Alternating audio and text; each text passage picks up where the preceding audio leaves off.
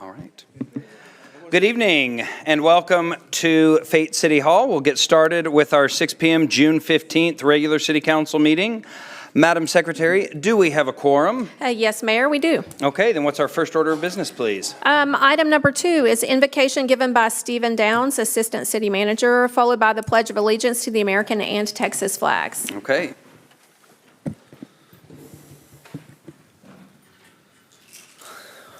Our Heavenly Father, we're grateful to be together tonight as a community to talk about important things, talk about how we continue to build a community that we can be proud to call home and proud to do business in and proud to raise our family in. Tonight, we're specifically grateful for this community and all the good that it brings and all the opportunity that it's brought to so many. Help us to continue to keep it a place of safety, a place where people feel physically safe, but also emotionally safe and in the world and all of the trials and challenges that are happening in people's lives. Help this be a place where neighbors know each other, neighbors reach out to each other, and they lift up each other in time of need. As we approach the 4th of July celebration, we're so grateful to be able to be in this country, to be able to have the freedoms that we enjoy, to be able to celebrate it. We're grateful for the beacon that this nation stands to the world as a place of freedom and a place where opportunity exists. Help us to continue to preserve it and to continue to keep it that way. Again, Heavenly Father, we pray for peace. We're grateful for the peace talks that have happened in the Middle East and the resolutions that are being reached. Help those to continue to progress and to continue to keep people safe in all parts of the world. Help us tonight as we talk through issues and have different opinions, that we can express those in ways that are understanding of the differences that we have, but all look towards continuing to build a fate that, again, people choose and love calling home. We ask for these blessings tonight. Do so in the name of Jesus Christ. Amen. Amen. I pledge allegiance to the flag of the United States of America and to the republic for which it stands, one nation, under God, indivisible, with liberty and justice for all. Honor the Texas flag. I pledge allegiance to thee, Texas, one state, under God, one and indivisible.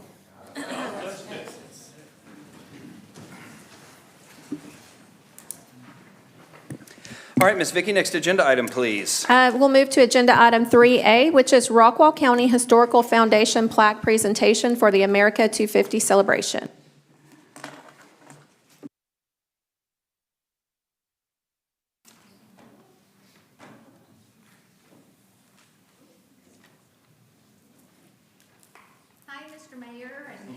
Hello, welcome. I'm Darlene Singleton with the Rockwall Historical Foundation. I'm also the director of Andrew in America 250 presentation that we have on July 3rd. So if you haven't seen that yet, go to Facebook and look it up because it's going to be real fun.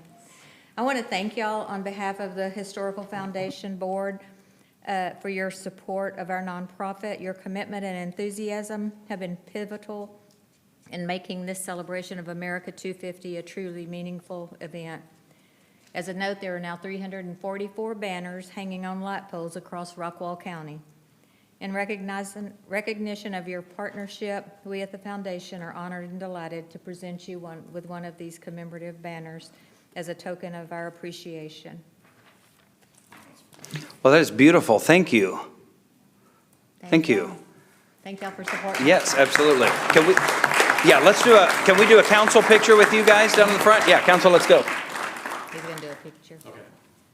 We'll have y'all stand right back here, and we'll get a photo of it. Okay.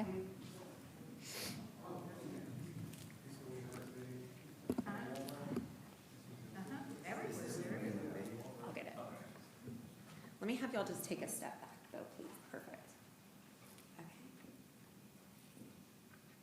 Awesome. 1, 2, 3. Thank you.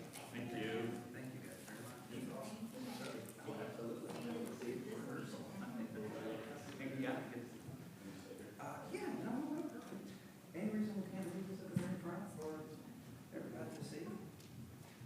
I'm kind of that way so that we get to. There you go. But I'd rather everybody else gets to see.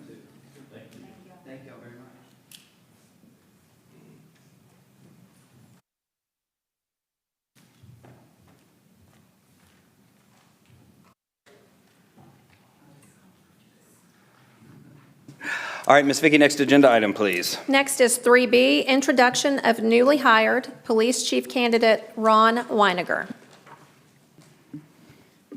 All right. Ron, you want to come up to the podium area? You don't have to say anything. I'm just going to read this item.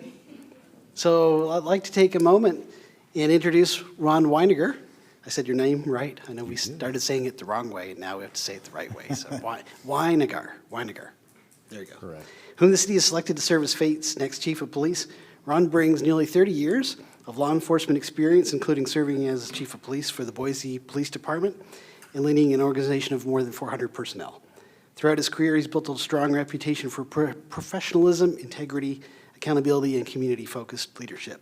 His background includes executive leadership of complex public safety operations involving mental health, response initiatives, and efforts to strengthen trust and transparency between law enforcement agencies and the communities they serve. Ron is a graduate of the FBI National Academy, Northwestern University School of Police, Staff and Command, and holds a degree in Criminal Justice Administration from Boise State University. While he is currently completing the necessary requirements associated with transitioning to Texas, he already has begun working with our team preparing for the future of the Fate Police Department, and we're excited about the experience, leadership, and vision he brings to the organization. So please join me in welcoming Ron Weiniger to the City of Fate.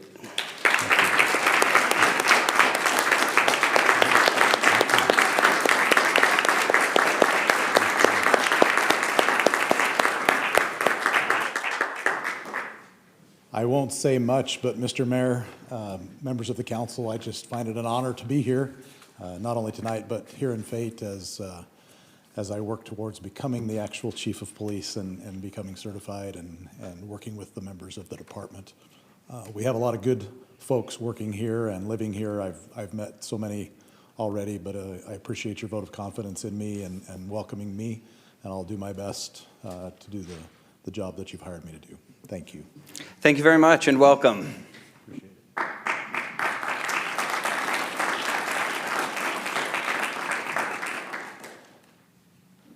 Okay, Ms. Vicky, next agenda item, please. Next will be agenda item number 4, public comment, and I have a few that have signed up to speak. The first being Karen Kaiser, address 1093 North Churchill Drive. Welcome, Ms. Kaiser. Thank you, Mayor. Good evening, Mayor, Council. Karen Kaiser, 1093 North Churchill. I wrote it down and I timed myself. I'll give it my best. Couple different items. 6F, I can encourage anyone to celebrate the 4th. I know the 250th is a big deal, but if you read eligible expenditures in Chapter 377 of the Texas Local Government Code, I don't think a parade float qualifies, and I don't really think it falls under our economic development either.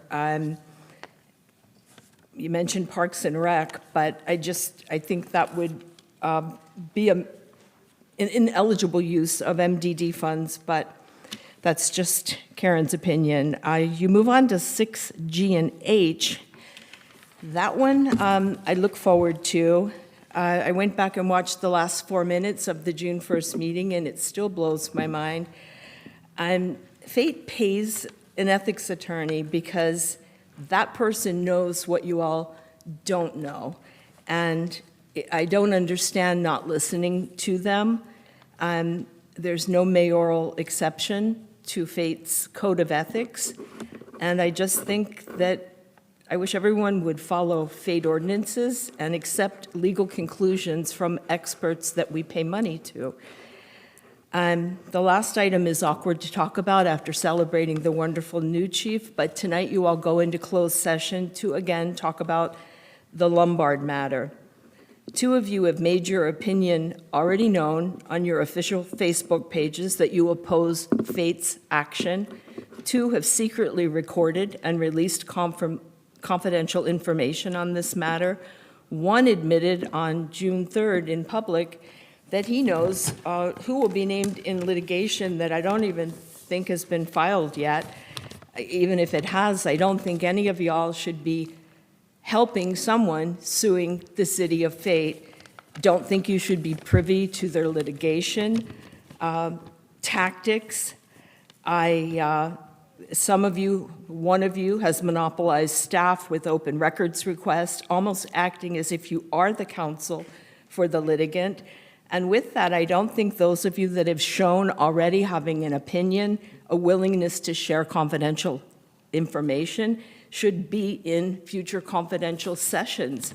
I don't think it's unreasonable at this point to check your phones at the door, or to make sure you're not recording, or to check your phones to know, are you talking to the attorney for the person suing the city, or are you talking to the person suing the city?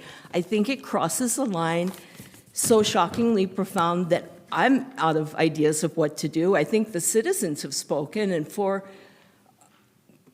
got kind of lumped together, where I think it's maybe not all four, with the November recall, but I beg the executives of the city to no longer tolerate elected officials working against city interest, ignoring city ordinances, and the focus needs to be on what's best for Fate and what's legally compliant. Thank you. Thank you, Ms. Kaiser.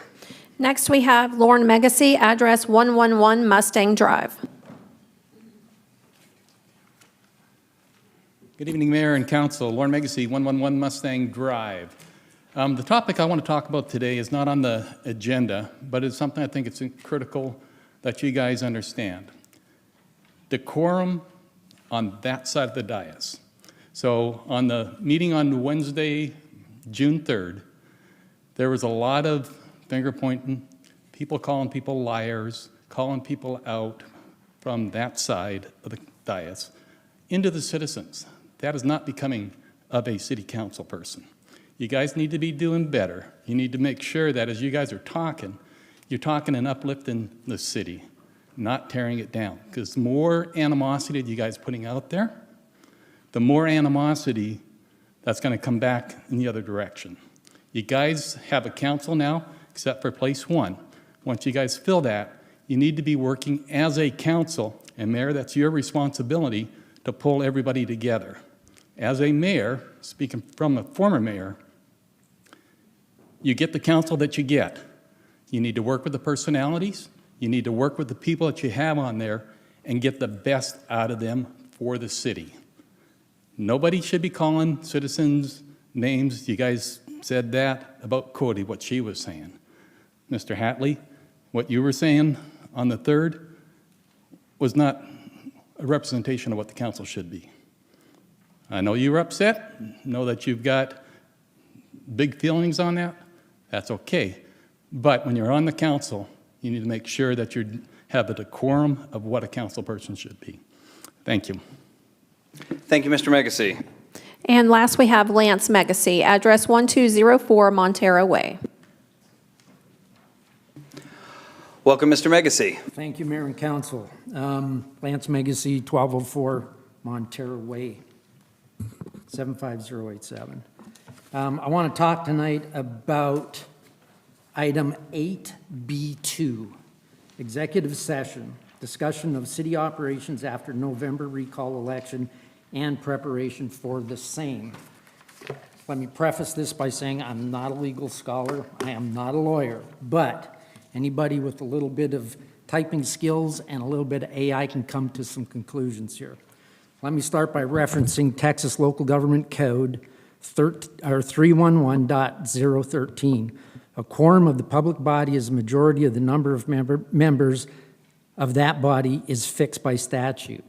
Fate Charter number 3.06 and 3.10 determines which quorum clause controls 3.06 sets a fixed quorum at the number of 4 city council members, including the mayor. Section 3.10 states that a majority is of those legally qualified. Now, this needs to go back to the city attorney to make an advisement of which statute or which part of the charter would take precedence over it, right? Whether when there's a recall that goes in place and the 4 of you get recalled, for instance, and you're down to 3, which one takes place. And if you can't make that decision, there's a couple of remedies. First of all, the charter contains both fixed four-member quorum and a separate majority of those legally qualified. We need to have this conform this interpretation with the city attorney or a Rockwell County judge, a circuit judge. There's also another provision in Texas common law quorum restoration doctrine, which allows remaining members of the governing body, even if there's fewer than a quorum, to act solely for the purpose of restoring a quorum. In practice, this means that if mass resignations, death, or recalls leave the city council or a similar body without enough members to meet a quorum, the remaining members retain the legal authority to appoint replacements and/or call a special election until the quorum is established. Key points of this doctrine: it's originated in common law. The Texas courts and the Attorney General opinions have long recognized that governments cannot be allowed to collapse due to vacancies. The doctrine is rooted in common law practices and the continuity of government. Limited authority. Remaining members below the quorum cannot legislate or conduct normal business. Their authority is restricted to action necessary to restore a quorum, either through an appointment or ordering election or swearing in of replacements. The application to the city's home charter. Under the Texas Constitution, local government code, home rule cities, like Fate, govern themselves. Their charters typically specify how vacancies are filled, but the doctrine also ensures that the continuity, even if vacancies are less than the quorum. The Attorney General's opinion confirms that fewer than a quorum may meet to reestablish a quorum, prevent paralysis of local government. No county authority. Counties cannot appoint city council members in home rule cities. Restoration is handled internally by the city council under the charter and state law. This doctrine is critical for the continuity of government. Without it, mass vacancies could paralyze municipalities, school boards, and other local bodies. Texas law ensures that the governance continues even in extraordinary circumstances. Under Section 510 of the Mr. city Megsey, I'm charter. going to have to cut you off there, but thank you.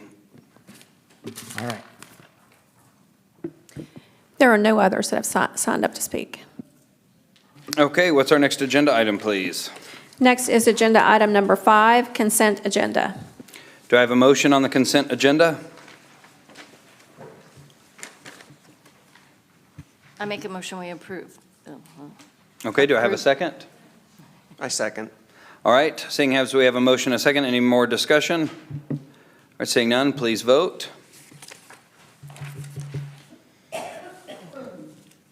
All right, the motion passes 6-0. Thank you. Ms. Vicky, next agenda item, please. Next is agenda item 6A, which is discuss, consider, and take any necessary action regarding resolution number R 2026-048, approving an interlocal cooperation agreement between Rockwall County, Texas and the City of Fate, Texas for the design, right-of-way acquisition, utility relocations, inspections, and construction of South Bend Payne Road between Interstate 30 and State Highway 66, authorizing the city manager to execute the agreement, approving for the expenditure of city funds for the project, and providing an effective date. Okay, thank you. I know that Commissioner Stacy has asked to present something, so I'd like to invite him up real quick. Mr. Kovacs. Yes, sir. Welcome, Commissioner Stacy. All right, you're here to collect your check. So I want to thank the city attorney and the city manager and also Stephen that have worked so diligently to make this a reality. So what we're doing as a county is we are putting $10.319319.42 into your bank account. The reason that number is as random as that number is we're clearing out an old bond. So when we got to issuing Trip 21, one of my main focuses was trying to actually build roads. One of the roads that we had an opportunity to build is South Bend Payne between 66 and 30, which is huge for the city of Fate. It's huge for Rockwall County.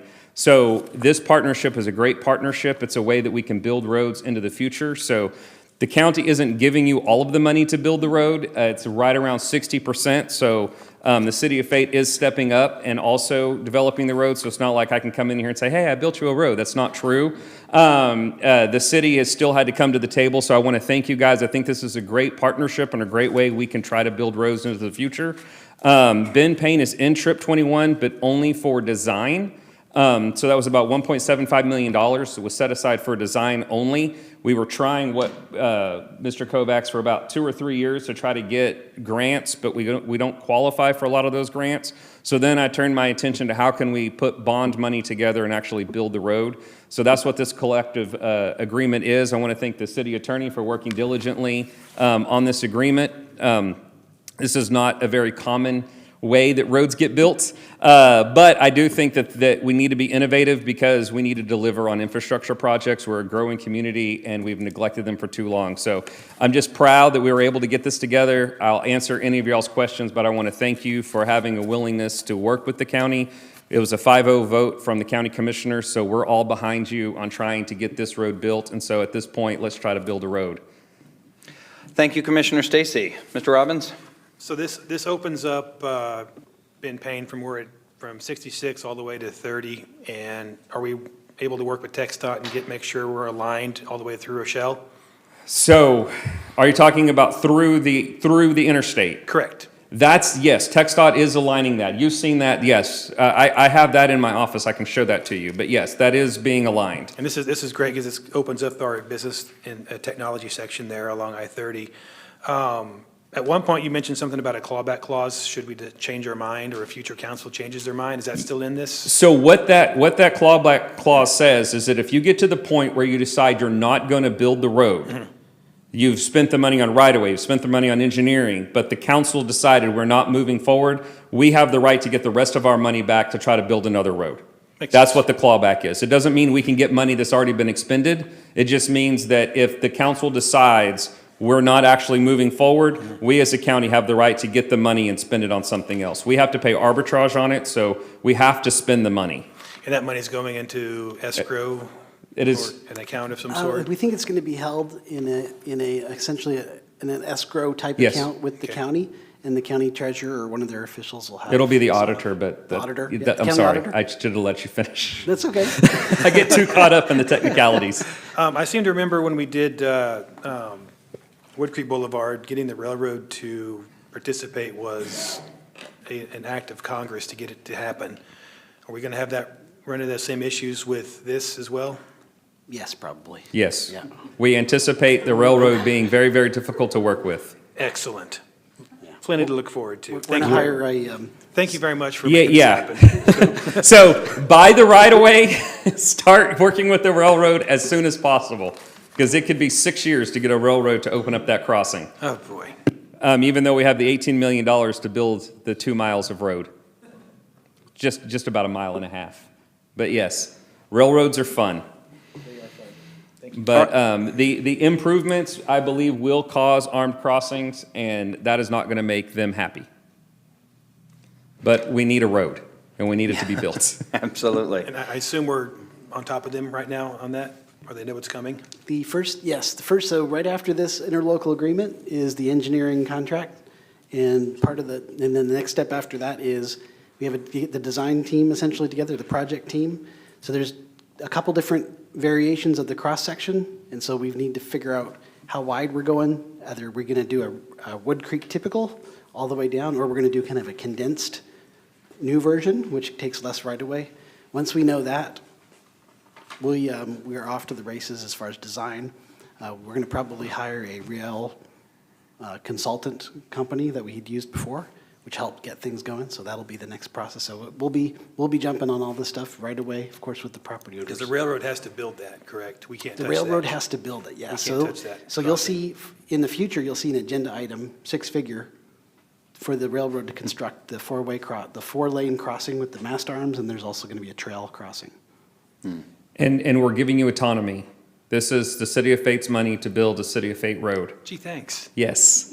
So there is no going back to the county on how you're going to design it. We just want you to build a road. Yep. We're going to have 12-foot lanes, as much as it pains us to have 12-foot lanes, but we'll have 12-foot lanes, so to provide for truck traffic. Any other questions or comments from council? All right. Okay. Thank you guys very much. Thank you, Commissioner. Mr. Kovacs, did you want to add anything to this agenda item? Commissioner Stacy did an excellent job. I just want to point out in the staff summary, we've allotted for $20 million for the budget. The original budget was about 18. the revised version. So we've got a little bit of cushion in there.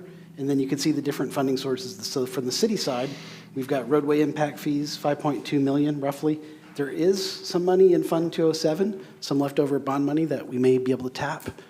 So we could swap those out, but it's eligible for roadway impact fee funding. We've got water impact fee. That's a water line expansion, essentially, 2 million worth. We've got water capital replacement fund bringing 2.5 million. So there's a water line. We've got to go in there and replace that. And then, of course, you can see the county with a significant portion there, making this project possible. So Very nice. We'll get going. All right, anything else? Do I have a motion? Make a motion, we pass resolution R 2026-048 as presented.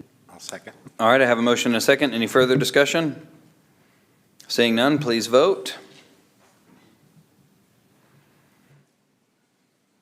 This motion passes 6-0. Thank you. Okay, next agenda item, please. Next is 6B, discuss, consider, and take any necessary action regarding resolution number R 2026-049, approving an engineering services agreement with Kimley Horn and Associates Incorporated for professional engineering design services related to South Bend Payne Road, Highway 66 to I-30 frontage road, authorizing the city manager to execute the agreement and providing an effective date. Mr. Kovacs. Yes, sir. This is to design the road that we just passed the interlocal agreement for. The contract is just over $1 million in engineering fees, and it will begin as soon as we execute it. Mr. Robbins. Make a motion, we approve resolution R 2026-049 as presented. Do I have a second? I second. I've got two people. I second. All right, Ms. Huffman seconds that motion. Any further discussion? Seeing none, please vote.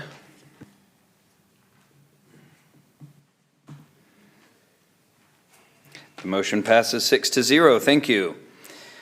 All right, Ms. Vicky, next agenda item, please. Next is 6C, consider all matters incident and related to the issuance and sale of City of Fate, Texas combination tax and revenue certificates of obligation, Series 2026, including the adoption of ordinance number O 2026-041, authorizing the issuance of such certificates and approving all other matters related thereto. Okay. Okay, thank you, Mayor and Council. I'll have Emily come up and load the presentation. We have also on the call Chris Settle, who's our bond attorney. I will mispronounce the last name, Nick with Bulash. Sorry, our financial advisor, only called him Nick. And then we have Spencer Freeman, our park designer with Park Hill. So they're all on the call. In fact, Nick will be giving a presentation on the rates that we did a competitive sale to get the rates so that you can see those tonight as well. So we'll have Nick. In fact, Emily, I think what we'll do is we'll have Nick present first. So we can take this down. Nick, if you can hear us, we'll have you share your screen and go through your presentation on the competitive bid process for these certificates of obligations. Yes, sir. It says I'm sharing my screen. Can you see it? Yes, we can. Good evening, Mr. Mayor, members of the council. My name is Nick Butlash with Hilltop Securities, the city's financial advisor. And tonight is the culmination of some of the steps the council has taken, specifically the notice of intent on April 6th to proceed with the certificate of obligation sale. Just running through a very quick presentation. As you know, the plan of finance called for funding of $6 million of spendable proceeds for the Fate Park. We have a 20-year level debt service amortization, and that debt service would be repaid by the Fate MDD sales tax revenues. The new debt service begins in fiscal year 2027, so next year's budget. As a part of the issuance process, S&P, we did a bond rating with Standard & Poor's, and I know that rating report was attached to the council agenda, but I just wanted to commend the city on the very high rating of AA, which is 2 notches from the very top of AAA. And again, those rating reports are there for you to read at your leisure, but S&P noted the city's rapid tax base growth and, the population trends that are leading to acceleration of commercial and retail development, which in S&P's eyes is a credit positive because you're diversifying your tax base and collecting sales tax revenues. The city's well-embedded budgeting practice and policies, and then the city's positive general fund trends, which support robust available reserves. And then, as Stephen had mentioned, we took competitive bids this morning at 10:30. The city received 9 bids, which is excellent showing of investor participation, but the winning bidder was BOK Financial Securities at a 3.788%. And as a result of their bids, so we're able to re-amortize the transaction to make sure we get the exact debt service that we want. And if you look under the final debt service statistics, the final par amount was $5,865,000. Again, we are funding $6 million in spendable proceeds, and you're likely saying, how in the world is that possible? These bonds sold at a premium, meaning that the investors bought them by more than 100 pennies on the dollar. And so that additional premium is used to pay project costs. So we did not have to sell as many bonds in par.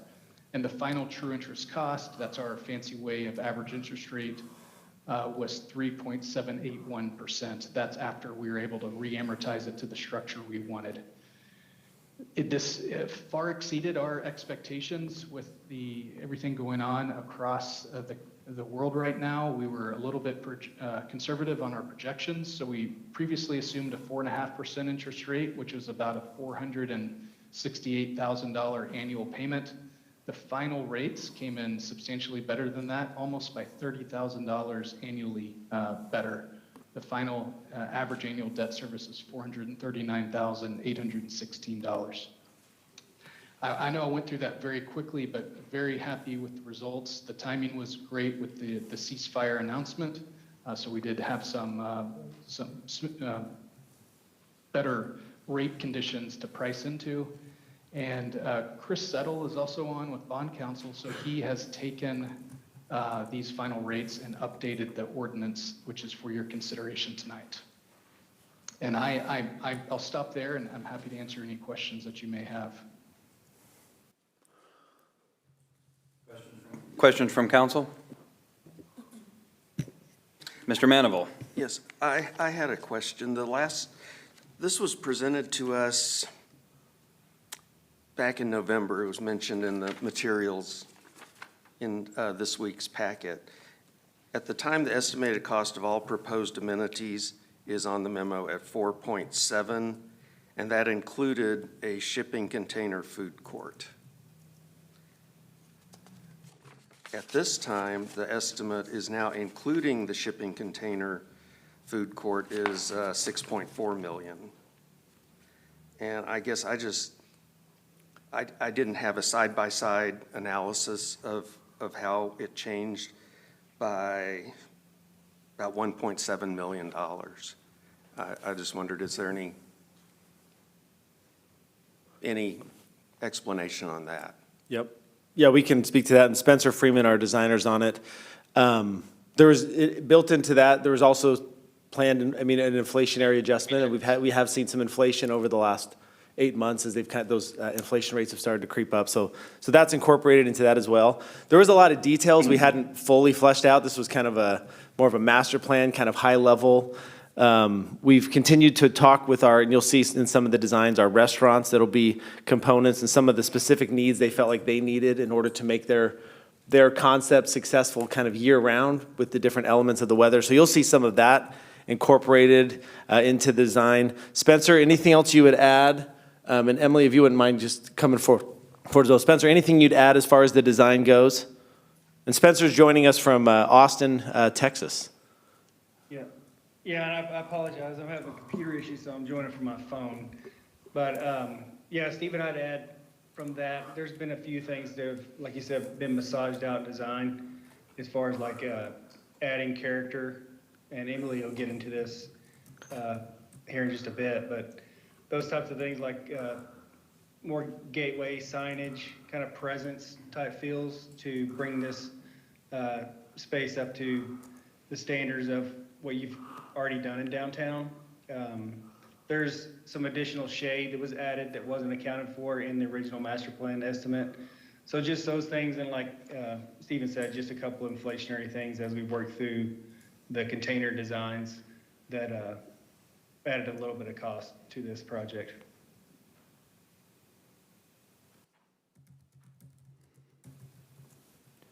Emily, anything else you'd add to that? Not really to the cost. I mean, I will say I know Stephen. Oh, okay. I was saying Stephen had shared. Sorry, someone's microphone. Yeah, Stephen had shared the older presentations with you all that had the kind of layout and what you all had seen before. And I think what y'all are going to see tonight will kind of account for some of those costs. So we really upgraded the finish out and really put a lot more detail into that, like the signage you'll see that wasn't initially included. So these are all the kind of public art signage, all the things that really are going to make it a very special space and a regional destination. So we'll be really excited to share some of those updates with you all shortly. And let's see if I can pull it back up. And is that Yeah, so let's go. We're happy to answer questions. I think some of it Yeah. may come in the next presentation, but of Either course, Mr. Montalvo, if there's any follow-ups to that. I guess it looks like we're doing a bond package of about $5,865,000, and looks like that's corresponds to the number on the Park Hill number of total with the restaurant structures removed. So I guess I'm wondering, are we going to have the bond money to do the restaurant structures? No, so the restaurant structures are going to be paid for separately. Those are not bond eligible, so that's something that will be funded in a different way with MDD and some other general fund and other funds. Okay, it's still Yeah, a really good big question, though. increase. It's like over a 21% increase in just 7 months, which is more than any inflation I've heard about. No, you're not wrong. Yeah. It's kind of like you go into the home starting at, $299, and then you kind of look at, hey, do we want this? Do we want that? Or how long are we going to live in this home? And the upgrades can go from there. And so as we've thought about the downtown space, and we've talked with many of the downtown businesses about the kind of space that they're investing in and that they're buying into, I think as we show you the design, you'll at least have an idea of what it is that we're looking for, looking to do. There's opportunities to value engineer some of the cost out, if that's the desire of some. But from the conversations we've had with many of the council and our MDD, the direction we've had is to create what some have called a legacy project for our downtown that will create a space that people want to spend their time in. Right. So we think we did that with this design. Yes, and there is contingency built into that cost, obviously. So we may, still under the 6 million that was initially projected as the upper amount. So we haven't gone over that. And there may still be leftover funds if we don't use all the contingency, but those are definitely very good questions. So we'll be glad to, share some of the upgrades and kind of show where the direction it's gone in. Emily, did you guys use a 50, I can't remember, 15 or 20% contingency? I know it's higher. 15. 15, I okay. believe. Yeah. Oh, and our Smoketown, gentleman from Smoketown just came in the door as well. Yep. All right, guys. Mr. Haley. So let's advance, if you would, Yes. Emily. Some of this Nick went over in his presentation, so we'll forego that. But that's a little bit of the background of the timeline. And as Mr. Montalvo talked, we entered into a design contract with Park Hill. So Right. again, in that November meeting, that was before formal design had started. So we were, estimating to some extent.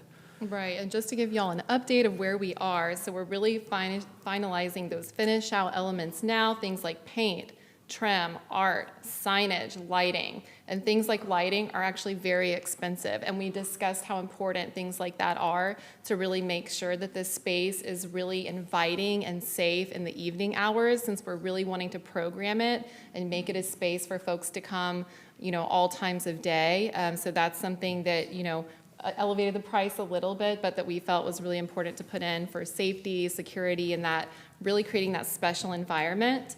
And so we do have some new renderings to show you all. We've been really excitedly working on them for you. And just to say, these do illustrate the finish out style and appearance. They're not totally comprehensive or spatially finalized, but they do give you a really good idea of the look that we're going for. So really excited to share. And just to think about kind of why we did this. So your question is a very good question of why invest so much in the finish out, you know, and it was really taking the park from being just a regular park space to making it a regional destination. And so when you see what we had kind of before, the kind of rough layout compared to what we have now, we're investing a little bit more to really add an exponential amount of value to the project. And we really want to make it a place that people will return to, they'll gather, they'll make special memories with their families and friends. And it really is an economic development tool and project as well, because we will be attracting folks from all over the region. I believe we will have people spending money and wanting to stay in the community. And so it's not just a park, it's kind of more of like a Clyde Warren Park, but Fate version. So we're really thinking about it on a high level way. We also are thinking about really investing in those high visibility elements that will just increase our event potential and long-term revenue generation for the city. And really, we really care a lot about the impact on the community and wanting to create a place that's really a sense of community pride, a sense of, you know, special identity that nowhere else in this region will have. And I think that we have done that. So thank you so much to the team and the folks, everyone here has worked on it because it's been a big group effort. And we also will really be supporting tourism. And so this is kind of something new we've been discussing in economic development, but with all the new development happening along 551, along I-30, we're really setting ourselves up to be a tourist destination. That creates additional revenue, and it also helps us create more fun things for families and folks to do here in town. So we're looking at something that I personally believe would be a national award contender and a legacy project for everyone here. So just thinking about these upgrades are not just for looks, they're an investment strategy and a performance strategy. So that's why we've done this. So just to share, so get ready. All right, let's see what we got. Oh Lord, what did I click on? Okay. Okay, so here we are. So welcome to Fate Station Park, Eastern DFW's newest destination. So this is what we envision as the gateway sign, the nighttime view, and just to orient where we are, kind of that circular plaza that's existing, that little circle right there. We envision a beautiful sign. We've really talked about capitalizing on the railroad theme as well as our kind of historical ranch architecture, looking at Sauce and Vine and the kind of architectural styles that we currently see, echoing some of those and really tapping into kind of a upscale version of railroad aesthetic, you could say. And so we're thinking about a lot of different things when we did this, but we really want to make it something that stands out. And maybe Emily, just, and I know you did mention Go it, for it. this is not obviously the exact layout, this is just Right. for the feel of what type of design we're putting into this park. Yes, exactly. So the layout is not exact, but just to give the sign style and the vibe that we're trying to create. And then, let's see, I keep clicking the wrong thing. And I then just have one quick question. Are Oh, those yeah. the two restaurants, Smoketown and Mamarita's, is that the two restaurants that will be in there? Those are the two restaurants that we're in negotiations with right now Okay. for the park, yes. Okay, good question. And so this is the daytime view, just to give y'all an idea. We're putting in native landscaping, boulders, things that really make it feel like it's connected to the natural land, our heritage here. So that is what that looks like in the daytime. And then we have our signature element, the stage, where we'll be having all the new programming and events. We've been in talks with a mural artist. We have our Arts and Culture Commission that's been working on this as well. So we envision this wonderful space where we have concerts, events, classes. We even have a movie screen, drop-down movie screen in the plan so that we can have movie showings there. So we're really thinking about activating this space in a way that we have not had before. So all kinds of lighting and very inviting space there. And we have, so we have our shipping container restaurants, which I would say is an upscale version of what we kind of have at our food hall, but we're really thinking about, like I said, creating something that's a destination. And you can see that we have our smokers, which that becomes a fixture and kind of an artistic element as well. And so we have some special touches that we would like to do on this that would really make it not just something where people come pick up food, but they'll come and want to really stay and spend time in the area. And so just to give a night view, some of the artistic elements that we've been talking about, some Corten steel and boulders and plants. And then we have another concept as well. It's an upscale kind of Texan, California meets Texas, you could say, kind of a margarita truck. They'll have some kind of food and things like that as well. And then we will have some new entryway features for the park, for that circle like we talked about. Like, you can just imagine the lighting. We'll have an entry kiosk that'll have information. It will have a map, all the upcoming events, all the information that you would need to know. And then that'll connect into the back there. And here's a kind of daytime view of that. You can see a little close-up of what the entry kiosk will look like there with this little seating area. So we're really thinking thoughtfully about the landscaping and people's entry into the park here. The restroom will have a roof on it too in that top left. It will, yes. That's not an open air, not an open air restroom. I mean, we might value engineer it out, but that's, as of now, that's the plan. Yeah. I object to the longhorn on the wall there. We can't have that, Ooh. sorry. Uh-oh. Yeah. So there's that.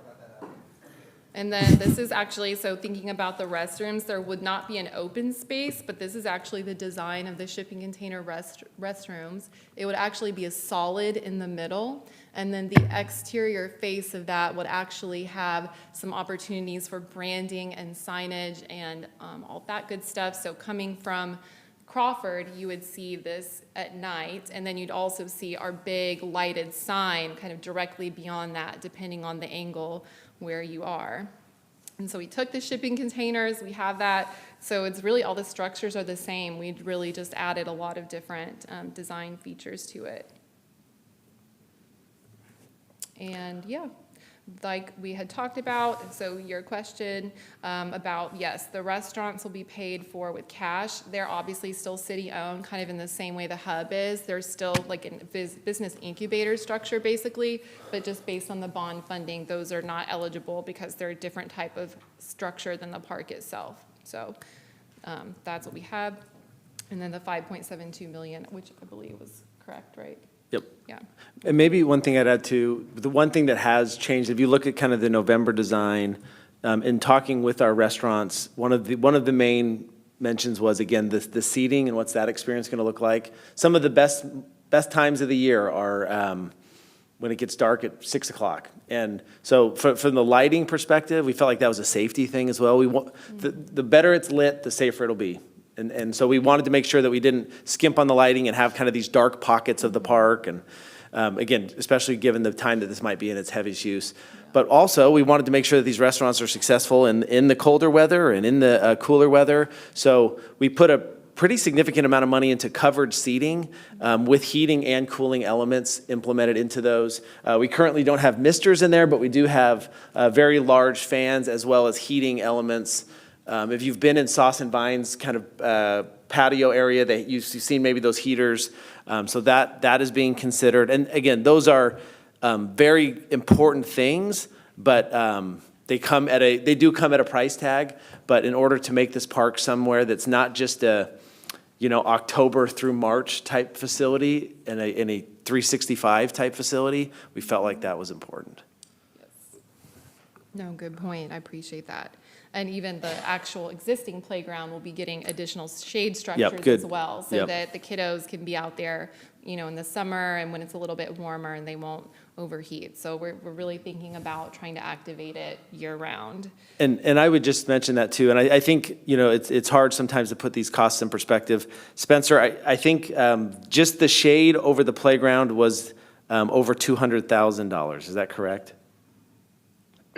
You're correct, and we went with a higher number on that, Stephen.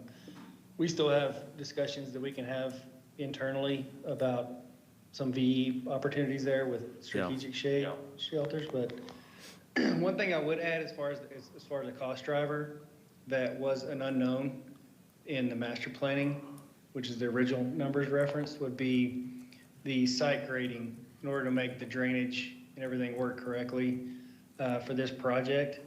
I think that number was higher than accounted for in the master planning portion, the cost estimate at that point. So here, yep, thank you, Spencer. So here, this is the numbers that make up what was referenced as about, again, 6.2, 5.7 million of it and change with bond money. But those are all kind of those different line items. We do have the details, of course, are in your packet to kind of dive into any of those, but, or we could go over any of those if you needed.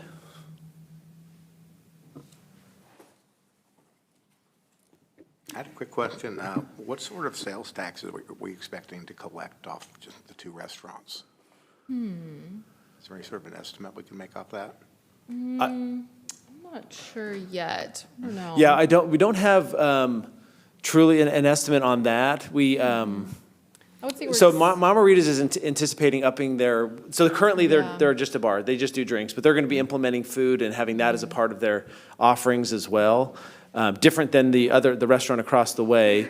This, as we've had conversations with Smoketown, this significantly improves their ability to do things like catering and larger events. So it's kind of an unknown on the sales tax component for us. Yeah. We don't have their sales numbers, but we do anticipate an increase from where they're at today, for definitely sure. I would say an increase from where they are at the food hall, for sure.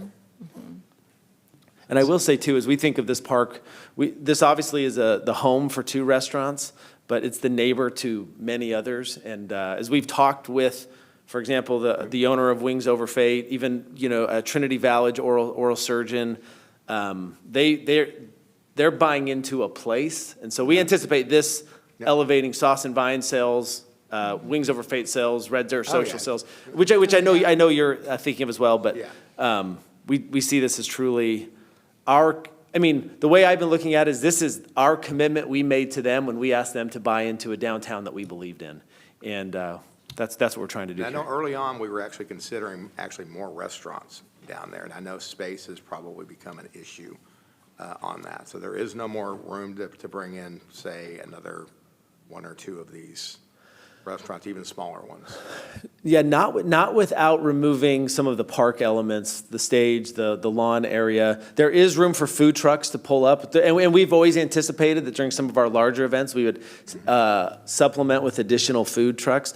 One of the things I think that we were kind of, until we really started diving in, is Encore has a pretty significant easement that we're not allowed to put buildings on, and so it creates this pretty tight triangle coming into that southwest corner, which, again, Spencer can speak to, but really does restrict our ability to do a lot in that southwest corner. And then as you move further east, you start getting into what we wanted to preserve, and I think I could speak for Steve, our Parks Board really wanted to preserve a park feel as well, and not just turn it into a commercial, as well as the grant which we purchased this for was for a park, and so we did, of course, need to maintain some amount of it as park.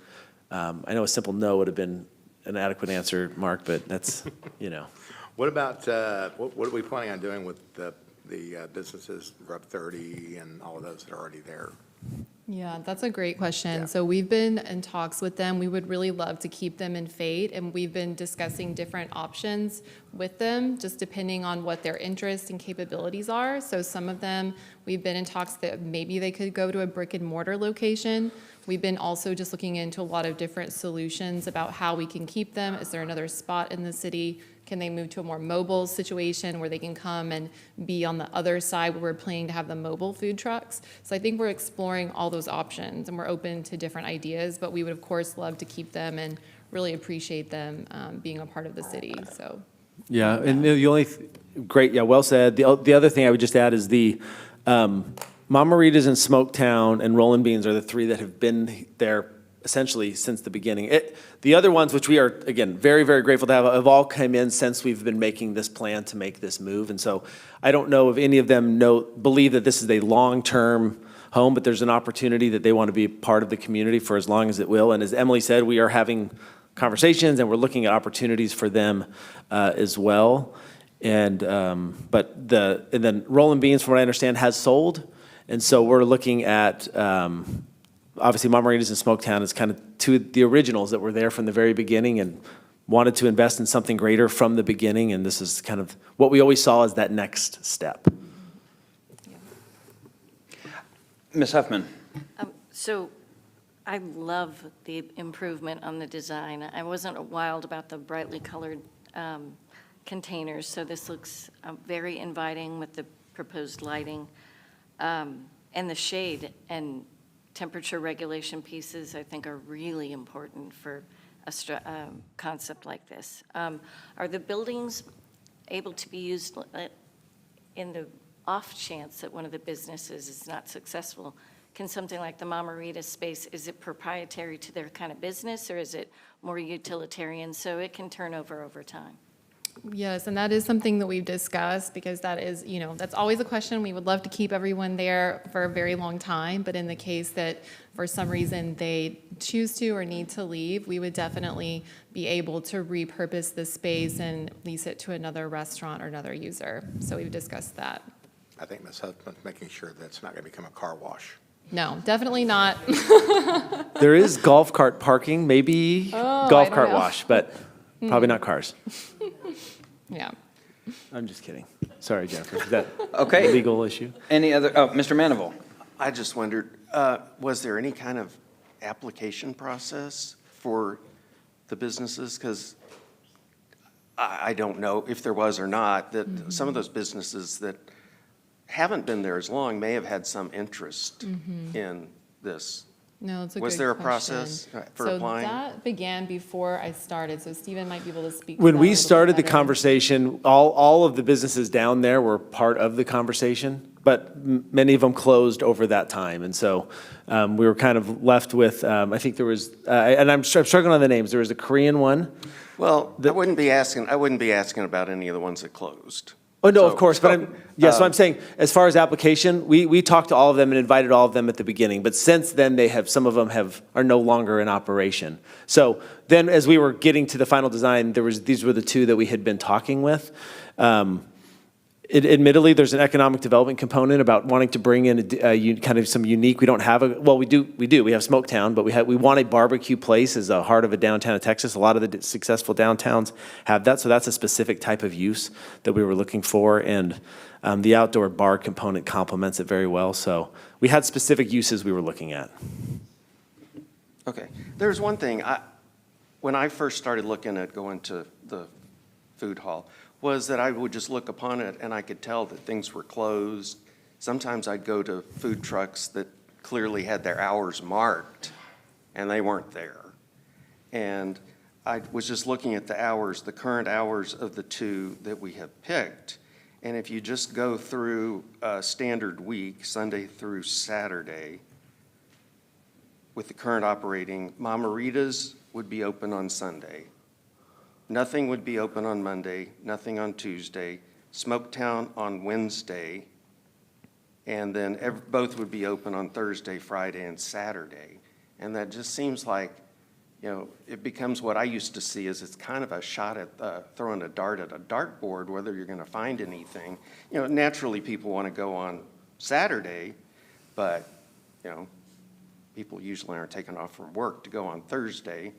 So I just wondered, is there any plans of expanding hours for any of these businesses? So if I could jump in real quickly, what's on the agenda is the bond sales for the Fate Station Park. I think we can have a future agenda item where we talk about operation of the restaurants, which are not actually bonds being sold. And so we certainly can have a future agenda item. But to answer your question really quickly, which is, yes, hours of operation are highly being talked about with relation to these restaurants. Okay, well, I guess I might say I'd like to know more about the hours of operation, because this is a big component of it. And I don't know when it was first presented. It was going to be just 2. I envisioned something more than that, especially when we're starting with a food hall of 6, and now we're going down to 2. And one of these businesses has never been in the food business and never operated more than 4 days a week. So I think maybe we need to talk about what's really in the works, for this, because as I currently see it, unless it's just right on the cusp of being negotiated into 7-day-a-week operations, I just don't see this as being something that would, people could consistently come down there and find what they want open right now. Yeah, so as Jennifer did mention, so we're actually in the negotiations with the leases right now, and hours of operation is something that we've expressed, like, that's very important, that I would say the current food hall does have that kind of, that is an issue right now, that there's very inconsistent hours and they're not all posted. So that is something that we've been very interested in making sure that those are clear. We also, yes, have been talking about the operations, kind of in terms of the new food operations for Mama Rita's, since that's new for them, and helping ensure that that's going to be successful and planning that out with them. So we're putting a lot of thought and work into that, because And we can certainly come forward with a future agenda item and post it for that discussion. yeah, or maybe, would it be executive sessions if we're in negotiations? We can with the talk about that at a businesses? future date. Okay, that sounds good. Well, to be continued. At this point, I don't know that I'm ready to vote on certificates of obligation. Well, keep in mind, the majority of these costs are the park itself. The restaurant components. Right, the that- restaurants so are if you totally go- separate If you go cost. back a couple, where you had the breakout of the bond versus the restaurant slides. Yeah, so the restaurants are a separate cost apart from the Can you go backwards in your bond. presentation? Where she brings up the price. Let's see, would that be the other presentation from? There was a slide that had On the amount this- of bonds and then the restaurant component. This one? Yeah. Okay, on this one, yes. So, and that's part of, I certainly never want to cut council off regarding discussions, but what's on the agenda is the COs, and as you can see, the private restaurants are not part of the COs. And so the bonds that you're selling are for the non-restaurant uses. Correct. Yeah, so this is the design building of the park, the shade structures, the amphitheater, the turf, the landscaping, making this a downtown park instead of just a field that floods when it rains. And the additional parking too. We're And adding to additional the parking lot, as well, yeah. yes. Yes, so the bonds cover everything except for the restaurants. And that was actually one of the other considerations in not adding additional restaurants, is that those cannot be funded with bonds. So that was actually part of our discussion as well, is that would increase the need for other additional funding sources that we could not fund with bonds. Correct, So yeah, good add. that was another piece, but.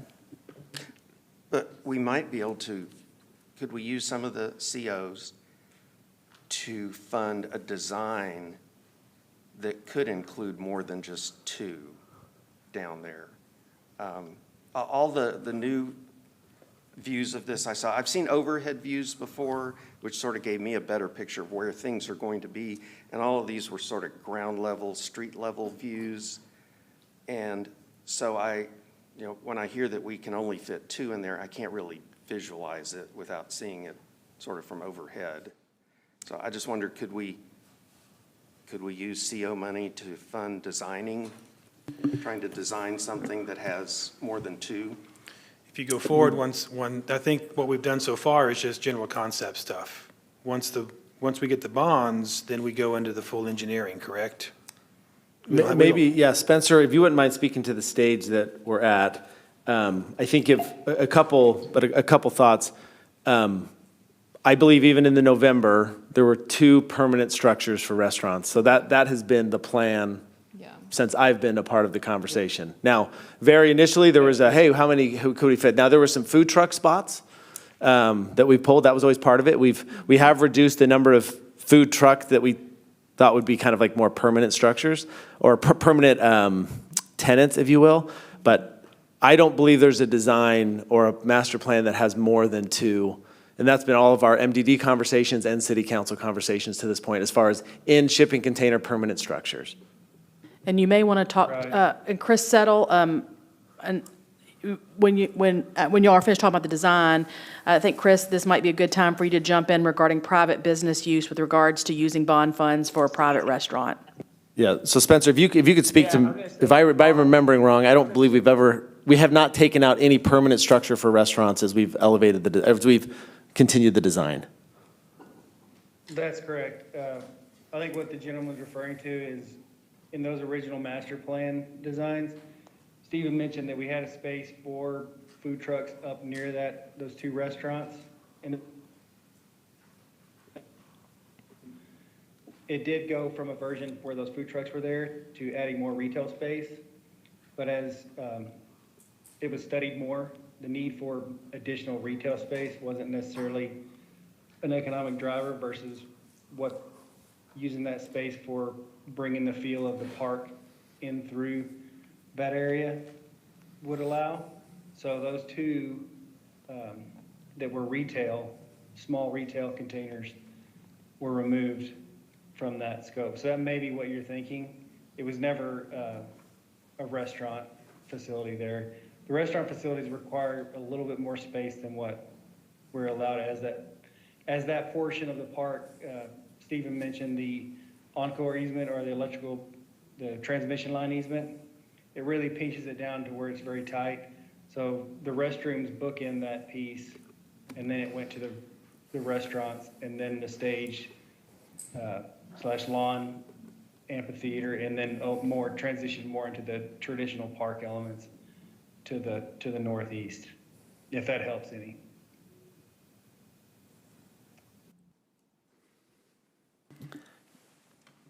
Does that help, Mr. Manival?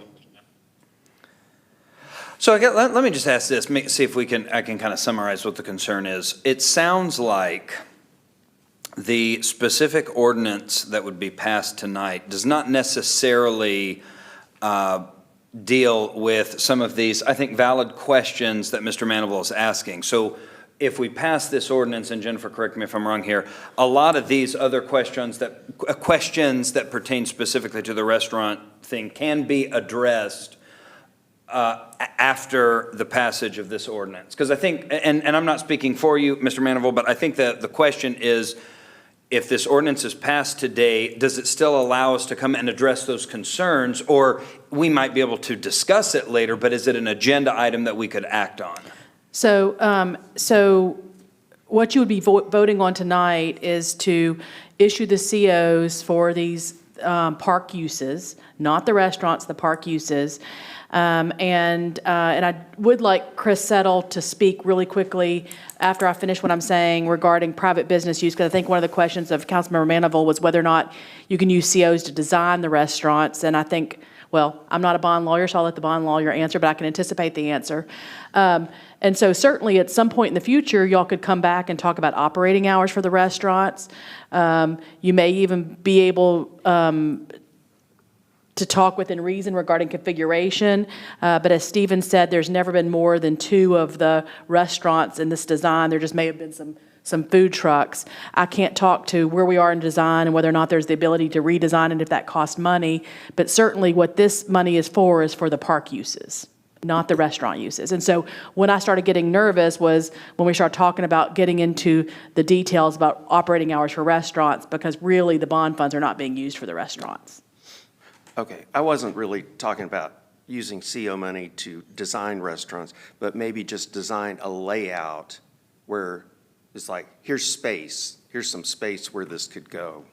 So that's what I was referring to. Is somebody else going to be speaking? Chris? Yeah, Chris, would you mind talking about the use of COs for restaurants? Yeah, it's, I mean, the primary reason is for federal tax law purposes, these COs are being issued on a tax-exempt basis. And so proceeds can't be used for any costs that are related to a project that will be, have private business use, like the restaurants. So the CO proceeds cannot be used for, the design of an area that could be used, by private business, for restaurant purposes. Because then that could cause or would cause the COs to become taxable. Any questions about the tax status of the bonds?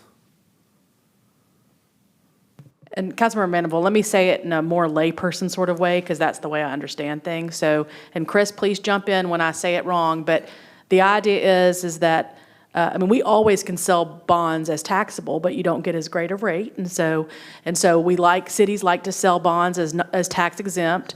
And so the federal government says, as purposes of tax law, that you can't give private businesses an advantage if you use tax exempt bonds. So I'm not going to use these restaurants' names. Let's say that we wanted a Starbucks to go into our park. Well, federal law says you cannot use COs for that space, for the design of the space, for anything about that space, because that gives Starbucks a competitive advantage that's not fair with regards to other private businesses. And so you have to be really careful. Tax bond lawyers are very careful about the use of COs when you have tax exempt bonds being sold. And so anyway, Chris, I know I said everything in a kindergarten way, but I did I say anything that was legally wrong? Yeah, no, that's right. Yeah. If these were issued on a taxable basis, the thing with this COs is, in order to use COs for the park, like the whole thing, the project would have to be part of the city's park system, so even the restaurant spaces, and operated and open to the public. And so the city basically would have to, be responsible for operating and maintaining the restaurants. And that would be only be an option if the COs were issued on a taxable basis, though. So.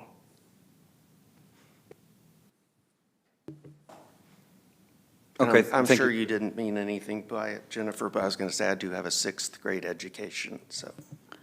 I wasn't referring to you. I'm kidding. That was meant. I was referring to how I like to explain things and understand things. So I apologize if you took offense.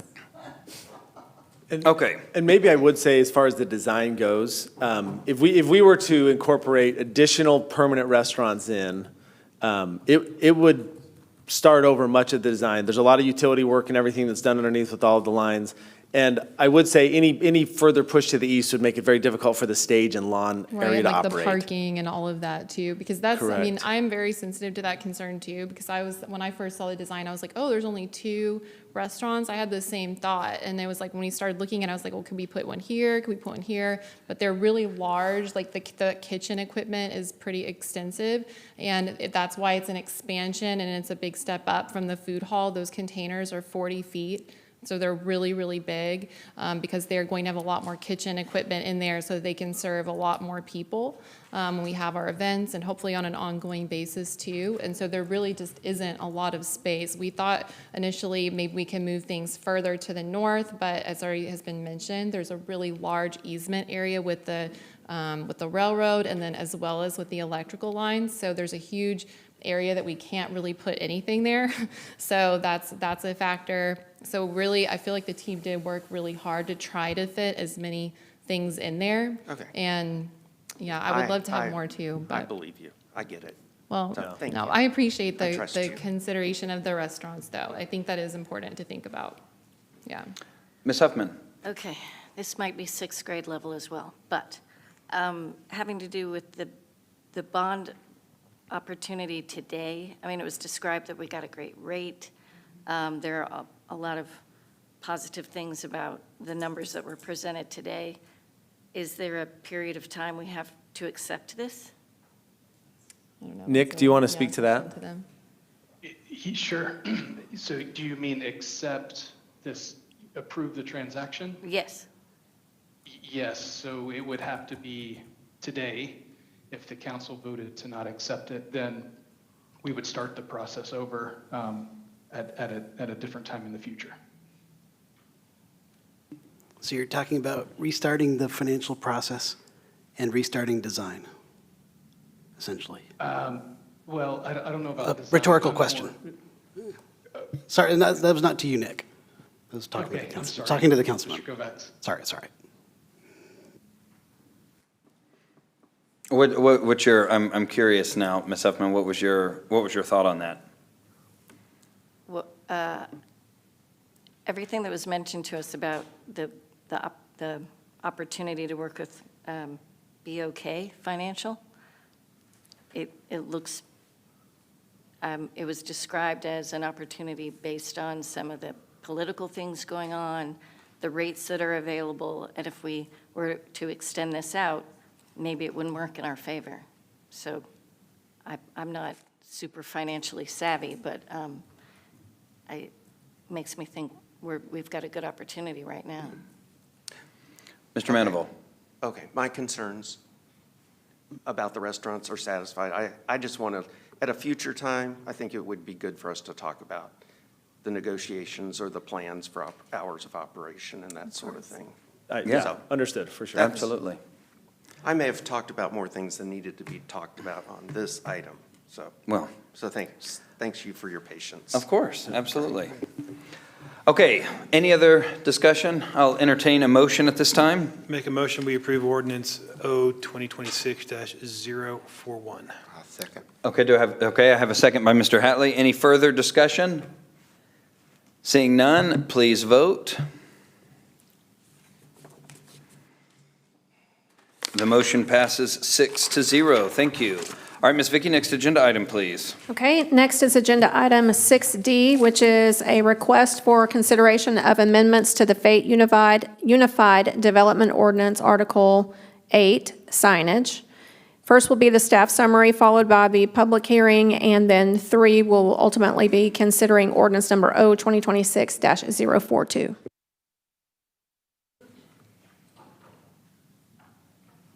All right, good evening, Mayor and Council. Can you hear me okay? I'll just mention, Ryan's a little under the weather, and so he's presenting remotely. Thank you, Ryan. Yeah, forgive me for not being there in person. I'm getting over an illness, and I didn't want to bring it out to share with everybody. He didn't tell me he was on vacation in Colorado, but. Yeah. Anyway, good evening, Mayor and Council. It's my pleasure to bring staff presentation tonight for something we've been working on for a while. And this will be the amendments to Article 8 of the Unified Development Ordinance related to signage. I'll go ahead and share my screen and get started on the presentation.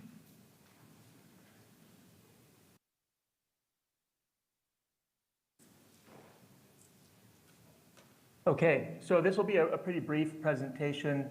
It's kind of hard to encapsulate an entire article's worth of amendments, but I do want to just give you the overview of what we've tried to accomplish with this work, and I'd be happy to answer any questions you might have at the end. So a little bit of background of what brings us to you tonight.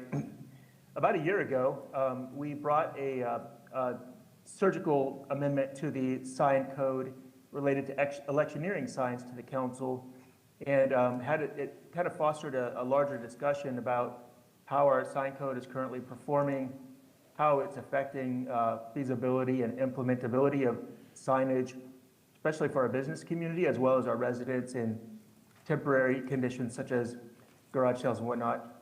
And so the general feedback to staff at the time was, hey, go back to your sign code and try to make it a little more business friendly. Get rid of too much, the overly burdensome regulation. Make it so that we're still protecting the aesthetic of the community.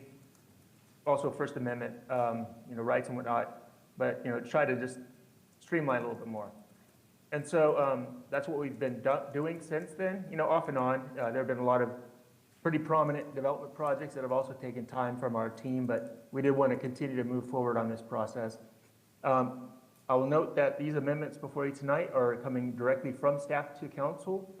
This doesn't require P&Z consideration per Article 2. There are certain sections of the Unified Development Ordinance that are direct to council amendments, Others, of course, go through P&Z first for their recommendation. So again, an overview of the amendments included in your packet, and I know that Vicki sent you the red line after the packet was submitted, just so you could see specifically what was included. Overall language cleanup, just some spelling and grammatical corrections as we observed them going through the whole code. We added a section on prohibited materials so that low quality and easily deteriorated materials wouldn't be allowed as materials used for signs. We added some new exempt sign classifications, including garage sale, sidewalk, weekend advertising, and directional and promotional signs. These are signs that, kind of like the one that you see on the screen. This little stop sign that's really tied to a very temporal and temporary activity. And so these exempt signs are subject to time, place, and manner regulations, meaning it's exempt. You don't have to get a sign permit, but you only can have it for, say, 7 days, 10 days, depending on what the sign type is. And then we also updated some requirements related to the timing of the signage. We were finding that some of the requirements that we were imposing on businesses made it difficult to have the signs permitted and installed in a timely fashion related to the opening of the business. So we wanted to correct that. Some of the other amendments that we included related to the pylon sign. So the image on the right is a pylon sign example. We are more explicitly requiring some landscaping at the base and some dimensional clarification. So that's very consistent on how the pylon signs are built, as far as not allowing exposed poles and other features that are less attractive. We revised our wall sign standards. So currently in our code, we allow one wall sign per facade up to a certain percentage. And what we've done is taken away that one sign per facade limitation and basically left it as a gross percentage of the facade. That allows for, for example, like Pet Supplies Plus has the main Pet Supplies Plus sign, but then it also says dog wash, grooming, this and that. Each of those in our existing code would be considered a sign, but we want to allow, sub-signs on the same facade at the discretion of the business, as long as they don't exceed our aerial limitations. We have some revised window sign standards and revised blade sign standards. We've increased the allowable blade sign size. Blade signs, of course, are those ones that project perpendicular from the facade of a building, such as the Wings Over Fate and the Hub at Fate Station. Those are both examples of blade signs. We've also established standards for an expanded sign types. These were not types of signs that were originally in our code, and in some cases they were prohibited in our code. But as we're seeing, there are various ways that businesses wanting to convey information and advertise their services, and so we didn't want our sign to artificially prohibit that creativity, again, with time, place, and manner limitations in place, so it didn't become just a preponderance of signs that kind of clog up the roadway or whatnot. So this includes awning, canopy, painted signs, banner signs, flag and feather, which is the farmer's market one on the side there, business promotional signs. So that would be, businesses having a sale, they can put a little sign out front for 14 days. Home builder directional signs. This is something that we worked on with the building department. Oftentimes on the weekends, there will be sales, for new homes in the community. You have people coming out midday on Friday, putting up a bunch of signs, directing home buyers to neighborhoods, and then Monday morning, they all have to be gone. And so we just laid out some time, place, and manner regulations for those types of signs as well. And so overall, again, I didn't get into the nitty-gritty of every single detail because that could be very time-consuming. But what are we trying to do here? We're trying to improve the architectural quality and aesthetics of the signage and as it relates to the built environment, trying to provide greater flexibility for businesses and development, trying to reduce unnecessary permitting for low-impact signs. We don't want somebody to have to fill out a form, come in and pay a fee just so they can put up a garage sale sign. That's just excessive. And we wanted to give staff and city council additional discretion to approve creative or context-sensitive signage. There are a couple examples in the code where we've added that the administrator, generally that's myself, would be able to approve a sign with, some minor exceedances or minor changes from the black and white standards if there's logical context to what they want to do for that signage. Again, it's a way for us to expedite the process, but also get high-quality signage in our community. So with that presented to you tonight, we are recommending approval of the ordinance amending Article 8, and I'm happy to take any questions you may have at this time. Questions from council? Mr. Robbins. Ryan, could you go back one slide for me? Oh, yes, sure.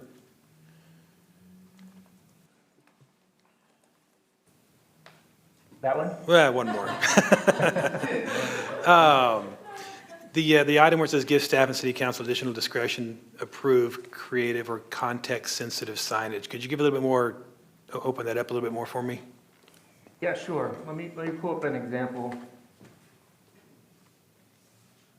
So this is the red line, and I need to find the specific example. Give me just one moment.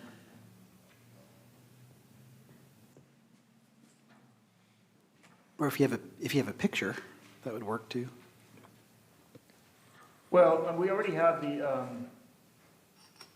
the special sign permit allowance, and I guess that will be an example. If we go to 823, this is just one example, okay? And I'm just kind of pulling one out here. 823 is our wall sign standard. So it says, for signs which do not strictly comply with the section 823, the administrator may grant a waiver as determine the sign is meeting the intent of the code. The administrator may require modification to meet the intent. The applicant may appeal the administrator's determination to city council. So let's give it like a hypothetical example. Say the code says, you can have 20% of facade A to include wall sign. Facade B allows 15%. Well, maybe they need 21% on facade A and only 12% on facade B. That's something that we would be able to just, at the staff level, allow, understanding that, maybe there's a certain sign design, corporate branding that they need to meet. But overall, the amount of signage overall in the building is not increasing. It's just moving some of the percentage from one facade to the other. Just those little things that, if you can just work those out at the staff level, it just makes things a lot easier rather than having to take that as an appeal to city council, take up council's time on something that's ultimately quite minor. So that's just one example of how we're trying to increase the flexibility and allow staff and sometimes council with relation to some of the thresholds in the special sign permit, a way to make things happen a little bit more smoothly. I guess my question is there going to be an internal policy document where you and the staff would use to evaluate these items? I would just hate to get into well, I don't like this one business or that business or anything of that nature, to keep it more factual and subjective objective as opposed to subjective in nature. Sure. I think what we would probably do, and what we tend to do is, if there were, in other examples where there's administrative modification, which is already written into our design standards, if there were an adjustment made at the administrative level, we would note that in the issued sign permit so that there could be the justification for that amendment were shown in the issued permit. I don't think at least in the proposed code we have tonight, we don't have like a table or like kind of a metric where we say, well, it's justified because A, B, or C. At some point, it's hard to kind of, enumerate that. At some point, we have, professionals in the department that understand how this all works, and we work with people of all different, backgrounds, intentions, perspectives, business types, and ultimately we provide objective professional judgment in working with those businesses. So I think perhaps it might, again, just add more burdensome bureaucracy to that process when we're talking about very minor adjustments to a business. And there's nothing in here that you would be looking at like the content of said sign, correct? It's Absolutely not. Okay. No. Lastly, I saw throughout the red lines about digital signage? Yeah. Like billboards along the interstate that are super bright that nobody, We don't allow billboards. okay, excellent. That's called off-premises advertising. Are you talking about changeable Changeable, electronic yeah, copy you said that the signs? changeable content. Yeah. We didn't do, this was our, so what is in here that is not red line, that's already in the code. So Okay. we didn't add this as an element. All we did was basically change the proportions. So along the I-30 corridor, which is the area within 400 feet of the center line of I-30, we increased the percentage of a sign that can be changeable electronic copy. And outside of that corridor, we decreased the percentage of the total sign face that could be changeable electronic copy. And that's basically, and then we only allow one changeable electronic copy sign per lot rather than per sign, which is what it said previously, and that seemed like that could be excessive. All right, thank you. Any other questions or comments? Ms. Raines? Yes, I understand the concept of the revisions, and I actually agree with them. Definitely much more user-friendly, business-friendly. My concern is a little bit more on the housekeeping side, so I don't know that I necessarily want to delay anything, but I'll reference a specific section that I noted when I was reviewing it. That'd be 8.2.10a.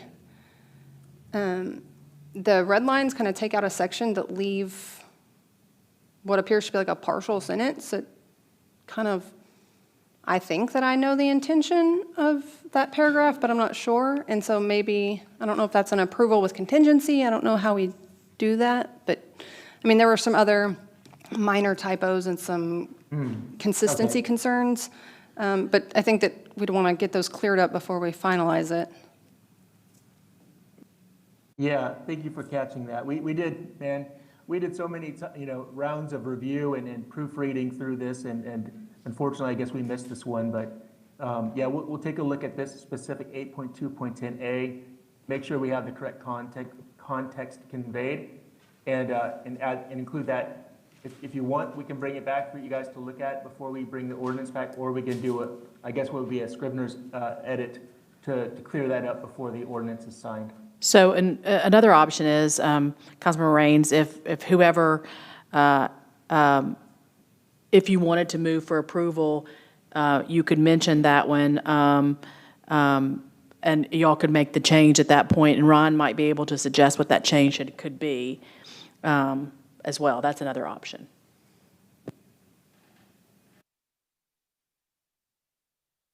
Let's see, so it says, any sign identifying a developing tract of land which is located with a minimum 2-foot clearance between the ground and sign face. For sign intended for a residential purpose, said sign shall be removed after 3 years or upon issuance of the final CO of the last home. So this is basically one of those signs that a developer puts into the ground, says, Montera Homes, but it's not the actual permanent entryway sign for the development.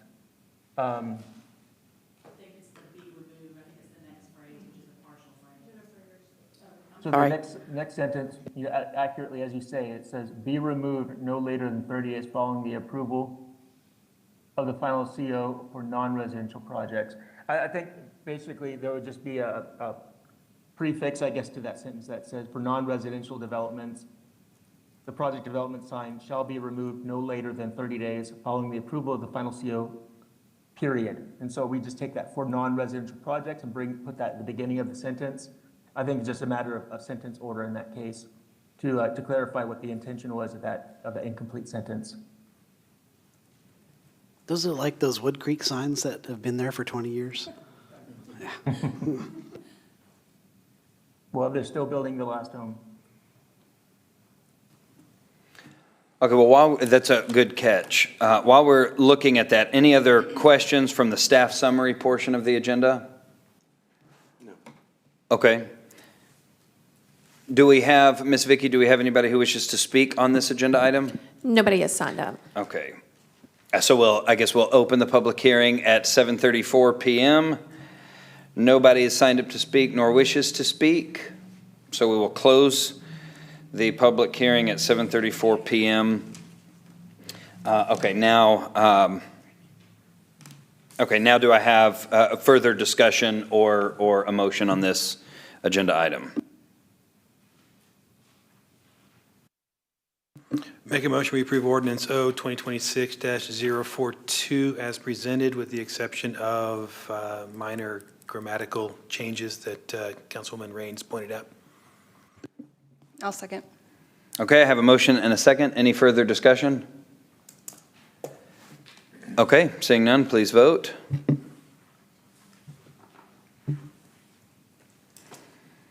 The motion passes 6-0. Thank you.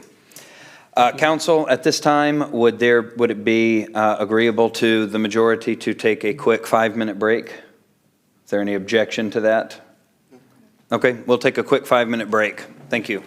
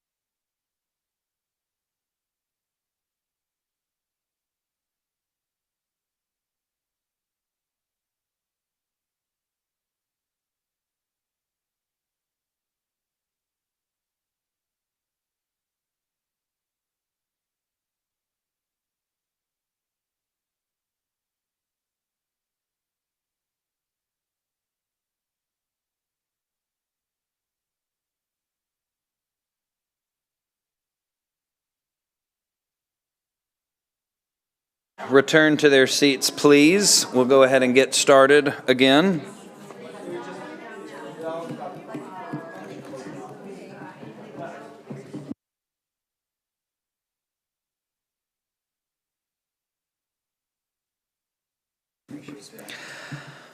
Okay.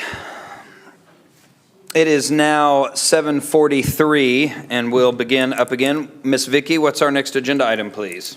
Next, we'll move to agenda item 6E, which is discuss, consider, and take any necessary action regarding appointing a Fate Municipal Development District Number 1 representative member to the Comprehensive Plan Advisory Committee. And so that would be done by accepting nominations, voting on nominations, and then ultimately considering Resolution R 2026-050. All right, so we will go ahead and open up nominations. Nominate Cynthia Ferris. Okay, any other nominations? Bob Chambers. Okay. Bob is already serving on the comprehensive plan. He was appointed back in May. Oh, he is? Yes. Well, let's withdraw that nomination. Thank you. I liked it. Okay, any other nominations? I'll nominate Christina Mason. Say that again, Mark, we couldn't hear you. Christina Mason. Okay. Somebody Mason? Yeah, one more time, Mark, we're all having a hard time understanding. Her name is Cassina Mason. Oh, okay. Mason.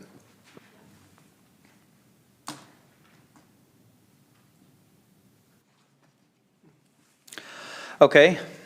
Any other nominations?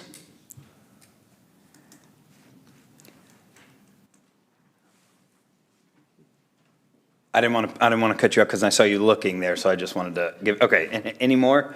All right. We'll close nominations. Ms. Vicky. Okay, so this will be a hand vote. We have one vacancy, so you get to vote one time. We'll vote in alphabetical order, and first will be for Cynthia Ferris. All in favor of Cynthia Ferris, please raise your hand. 1, 2, 3. All those in favor of Cassina Mason, raise your hand, please. 1, 2, 3. We do not have a majority.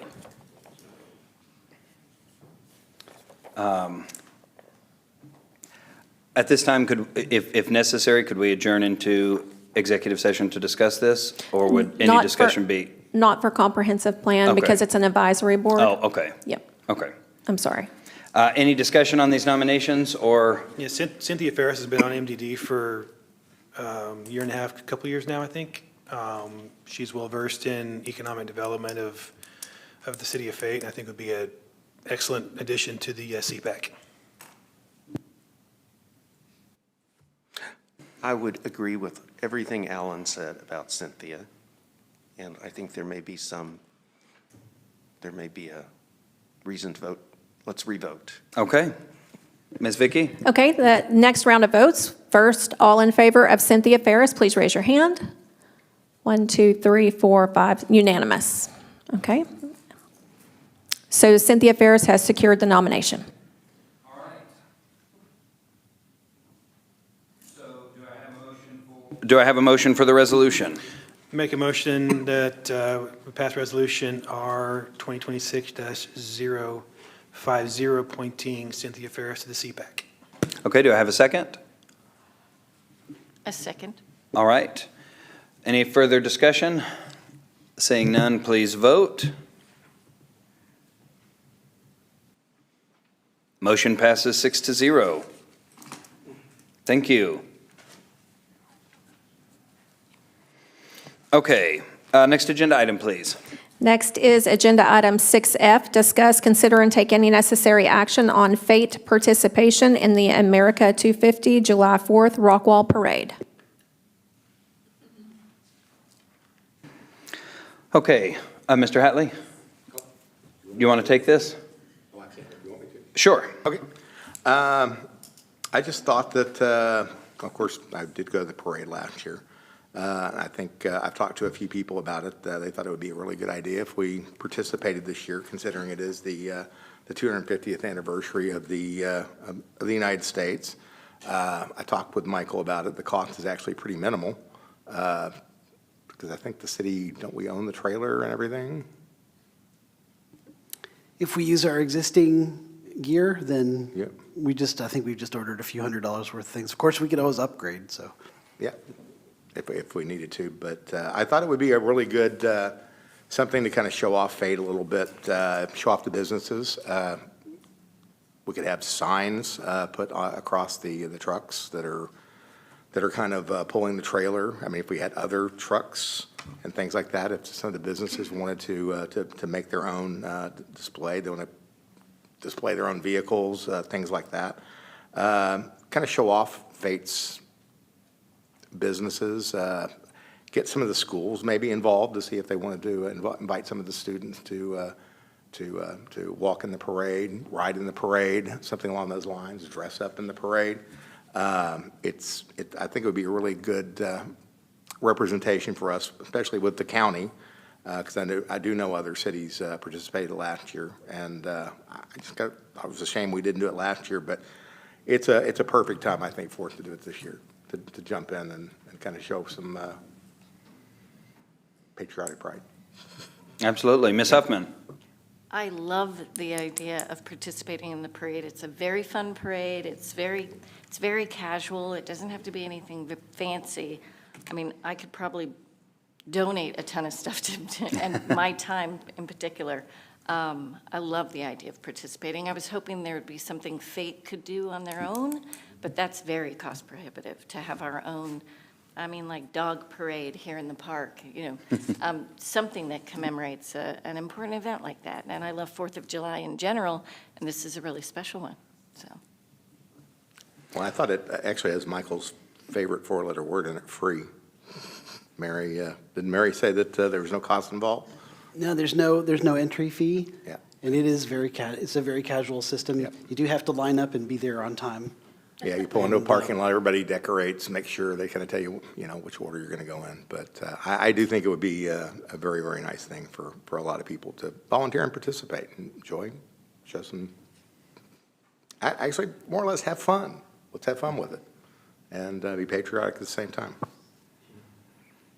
Okay. Any other thoughts from council? Mr. Robbins? This is City of Rockwall, not Rockwall County Parade, correct? City of Rockwall, yes. Were we invited to participate, or are we just jumping in? I didn't receive a city invitation, but the various members may have been asked to And other participate. cities are participating? Because I know Heath is not. They have their own. Heath has their own. I think their officials go between the different parades. Sure, the officials do, yeah. I mean, I've seen Frank New and John Stacy do their floats and stuff. What costs are there involved? How much, and do we have I the think we bandwidth spent- and time? We've spent Staff to probably do it? We have an event on Friday night, the 3rd, that we're primarily focused on for downtown. And I think we've got some others, I know we've got a lot of other stuff kind of cooking, but we could, it's not in our work plan, if that's what you mean. We could throw together something. Well, But this is to talk about what you all expect from. No, I think that the event that was that last night, the MMA fight at the White House was phenomenal, and everything, the pageantry that goes with it. I think the 250th anniversary is phenomenal. I'm just trying to make sure that we don't see, let's go do it, and all of a sudden Steve and his crew are working till 3 a.m. trying to put a trailer together for us, for people to sit on. And I'm not sure MDD funds can be used. We weren't presented that with our budget the other night either. That was brought up about using MDD funds for this. So if we promote businesses, we can use. Which businesses? Fate businesses. Any specific ones, or just all of them in general, or, how? I guess I'm looking for a little bit more guidance on. We don't know. We've had 2 meetings. We got this request a week ago, Mm-hmm. and so we've kind of thrown together 2 quick meetings, and essentially we are ready to, charge this position with whatever we have, if you wish us to go for it. And is there a budget? No. I mean, maybe the money could be We'd- used, we'd have better to used to keep the splash pad working or something. I mean, I just don't, I mean, I know Steve is always, Mr. Gilbert's always talked about his staff being, having to, how many acres of parks we got to keep track of? 120 acres of parks we got to keep up to date. I just want to make sure that we don't add something else to his plate that he doesn't necessarily had planned on. So I think it's a worthwhile idea. I'm just being the devil's advocate here, trying to make sure that we're not, spending taxpayer money unnecessarily on another city's parade. So I guess that's interested to hear people's comments on that. Ms. Huffman? So I bet I could assist with putting something together that is virtually free. I've done floats for the Boy Scouts before. Could take some donations, whether items or money, something to keep it a cost to a minimum. I could probably find people who are willing to volunteer their time. I just don't know what the expectation would be, like when we can put the Fate name on it, because of course you wouldn't want it to be cheesy or anything. You'd want it to be nice and festive to if we're representing Fate. So I would need some buy-in from an authoritative person to make sure it's what you're expecting. But I mean, I can keep the cost pretty low. I'm pretty confident I could do that. Mr. Manival? I would just say if Martha's involved in it and coordinating, I would help. Well, count me in too. You have one buy-in there. It's July 4th is my mom's 80th birthday, and I always spend it with my mom. So unfortunately, I won't be here on the 4th, but I help where I can. But I'm just cautious about spending a lot of time and money from city staff, making sure that we don't put any extra burden on their already burden plate they have right now. So that's my only concern. If we can do it without burdening the staff, I think, okay. I agree. That was kind of some of the same concerns that I'd had, but if council's willing to step up, get involved, it is very short notice. And yes, I want to show off Fate, but I want to make sure we do that well, right? We want a good quality float, not a float that looks like we threw it together in 2 weeks. You can do a lot with bales of hay, let me just say that. Well, I think we only get one semi-quincentennial, so let's go for it. So do I have a motion to, I guess this would just be a motion to officially participate in the America 250 July 4th Rockwall Parade? Make a motion that we participate in the July 4th City of Rockwall Parade with no additional cost or city staff hours, as minimal as possible. Well, you said with no cost and then as minimal as possible. So which is it, Mr. Robbins? As minimal as possible. I retract that original one. So as minimal as possible. I don't want to give Steve and his guys more work to do with an already busy schedule, with especially what we're doing on the 3rd. So if we can do it ourselves, I think it's worthwhile. Okay. I second. Ms. Huffman seconds. Any further discussion on this issue? Okay, seeing none, please vote.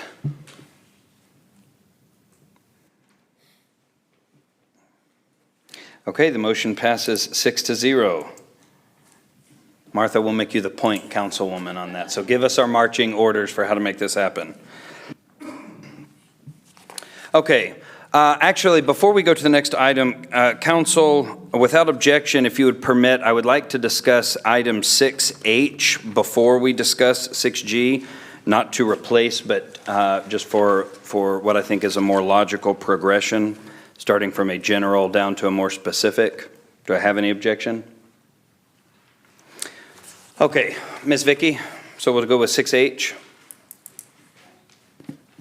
6H, discuss, consider, and take any necessary action regarding waiver of the attorney-client privilege for the June 1st, 2026 executive session discussion regarding 1, the ethics complaint filed on April 16th, 2026 against Mayor Andrew Greenberg.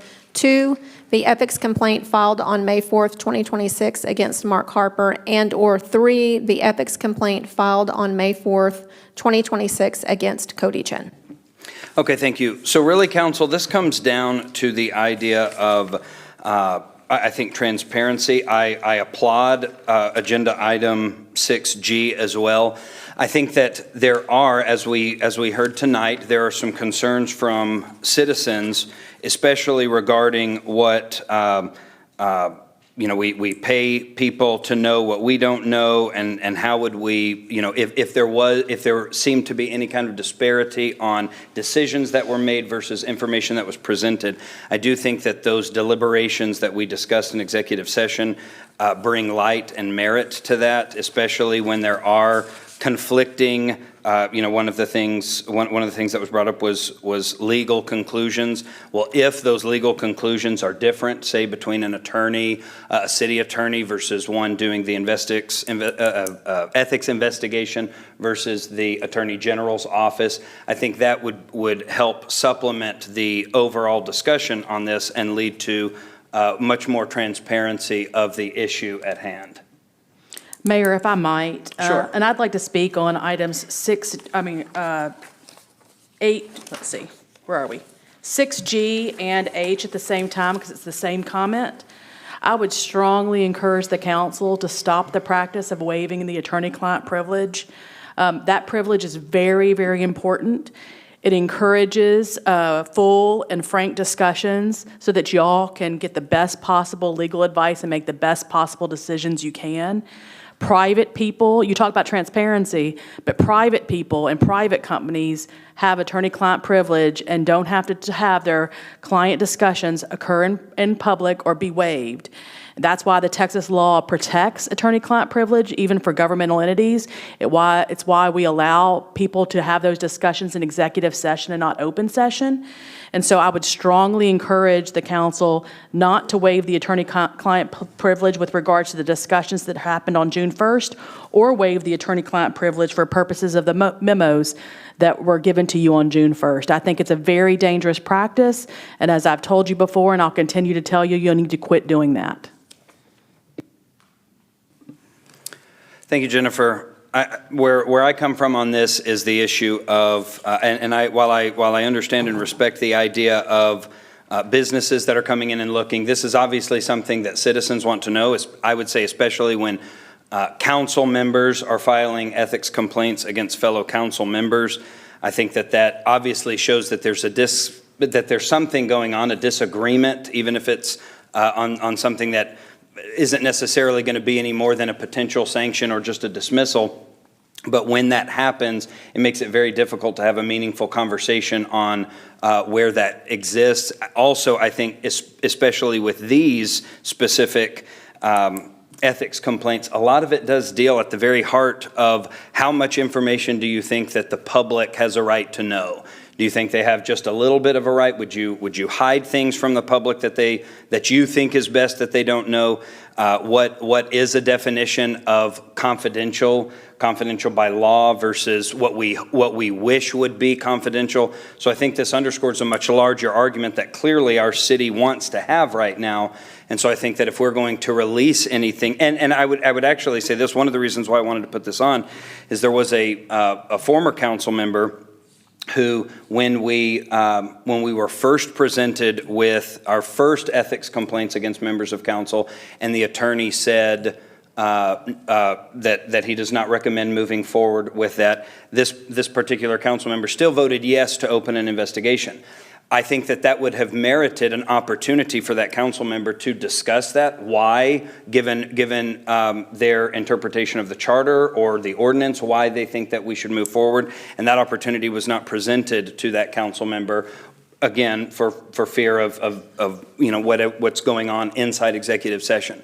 But seeing as this relates to all elected officials, I can't envision a situation where it would not be the most transparent thing to do to let the public see exactly how if we are going to police ourselves, then we should be able to discuss freely what those deliberations were.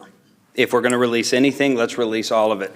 And again, this is specific. I want to be very clear on the record here, and everybody here tonight, this is specific to ethics complaints. We aren't waiving any kind of attorney-client privilege for business discussions, economic development agreements. We're not coming out here doing that. But as it pertains to your elected representatives, I think it would be appropriate to let the people see what it is that the different council members discussed.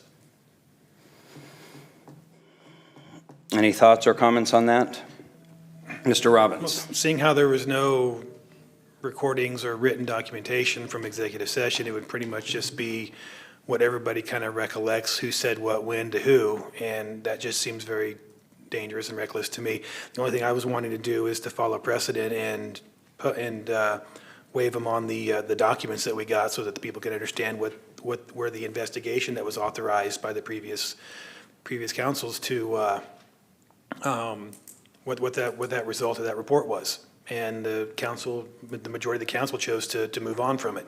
So I don't necessarily need to have any discussion about anything other than just doing what was done in the past until we can figure out a way to create a policy where we decide to not do that or do that in the future. But changing it midterm here just seems strange and odd. So that's all I'm not interested in who said what when during a 2-hour executive session. You know, Mr. Mandeville, he admits that he can't remember sometimes what was said in executive session, so I'm just kind of like, well. That's not exactly what I said. He kind of said that. But no, I get it, I get it. I get it, but I mean, there's no written, I mean, there's 3 written documents that were submitted, and that's all I was going to stop at, so. Mr. Hatley? I was just going to say, I'd be perfectly fine with adding both of those together and waiving the privilege on both of all of it. We didn't have the luxury of being able to write a report of what went on session. The 2 other hired, Laura Mueller and Ross Fisher, did get a chance to go write reports. If we could have written reports, we could have all submitted our own reports. But all we can do is give our first-person account as to exactly what happened and how we came to our deliberations and why we made our votes. I mean, we don't have to really recall that. I mean, I certainly know why I made my vote. Well, you're free to do that on Facebook or wherever you want all day long. I just don't think that doing a PR campaign up here is worth the people's time. I'm just to be clear. I just wanted to. You know, item G is simply to daylight those 3 documents as was done in the past. Okay, I want to be clear. My interpretation of both of these agenda items was not that we would then have a discussion up here of what we discussed in executive session on June 1st, nor would we even read Mr. Fisher's report. It would just be made available to the public, right, as would any follow-up comment, or if somebody asked, or if somebody wanted to see if it was at a town hall, any of those kinds of conversations, then that would be made available. And I think to Mr. Hatley's point, when he says it's not necessarily that it would be, well, this is what Alan said in executive session, or this is what Martha said in executive session, as much as it would be the freedom by which to discuss what your rationale or your basis for voting the way you did was. You can actually provide that clarity to the public who's going to want to know. Whereas if we don't waive that deliberative process or the attorney-client privilege based on our deliberations, you're really locked into what you can say. I don't want my conversations with my attorney to be made public.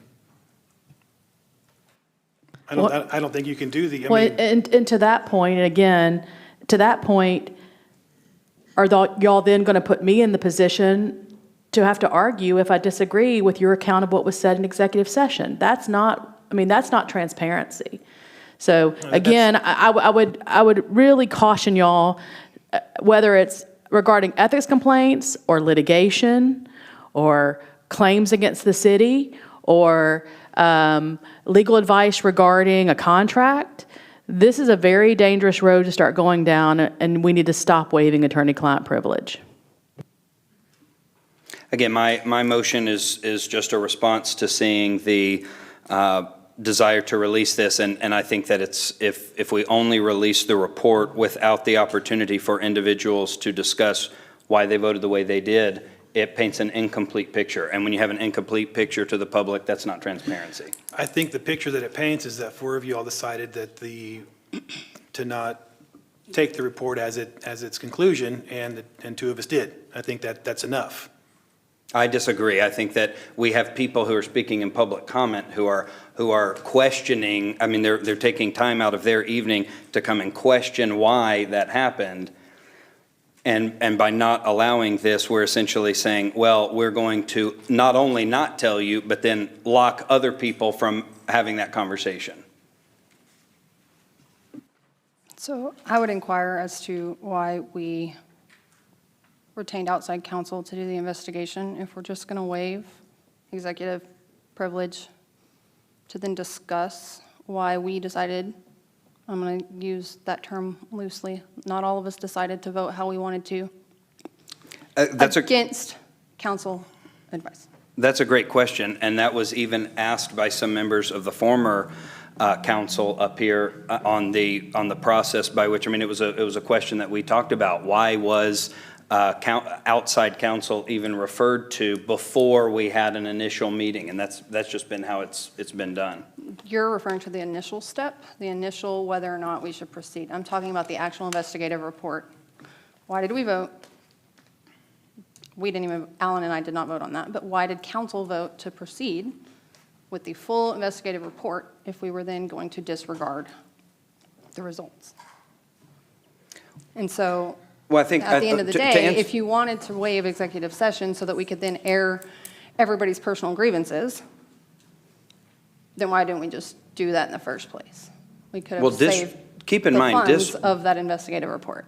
Disregarding the report, that would mean that we were making a conclusion before we got that report back. I think that we're waiting to get the report, and then we discuss and we find, hey, here's for example, if the attorney is at odds with a ruling from a staff attorney in the Attorney General's office, that's a compelling reason to maybe say, hey, maybe this attorney does not have everything right. Or when questions are asked and they're not provided satisfactory answers to members of council, that would be a reason to say, well, actually, I'm going to take this investigative report that you created, and maybe there's some validity to it, maybe there's not, but that's going to influence how I make an ultimate decision. By not allowing us to have that conversation, you are essentially saying, hey, we are not allowed to question the investigative report. We are not allowed to give our opinion on that. Whatever the investigative report says is final, and that's not even what our charter says that we're supposed to do when it comes to ethics investigations. It ultimately is up to council, and if it is up to us to make that decision, I don't see the problem with being able to share with the public why we made the decisions that we made.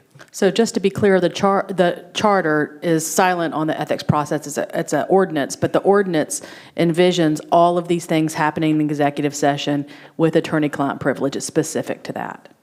Agreed, but as you've pointed out, and I understand why you are, we have not played by the normal set of rules that I think most city attorneys would have us play by. We've played by a much more transparent and open set, and I'm just asking us to continue that as we're moving forward. If we want to create some kind of rule moving forward, as Mr. Robbins suggested, I would just say, if not now, why not now, and would you ever want to move forward with it? So if we're going to disregard that, I think that if we're going to talk about these openly and with the public, let's talk about it all, and let's not handicap anybody from explaining where there might have been deficiencies in the outside counsel's investigative report. Any other thoughts, Mr. Robbins? I think you're getting two things confused. Your ability to discuss why you voted a certain way is one thing. Digging into what Martha might have said in executive session, best I could recollect, isn't right.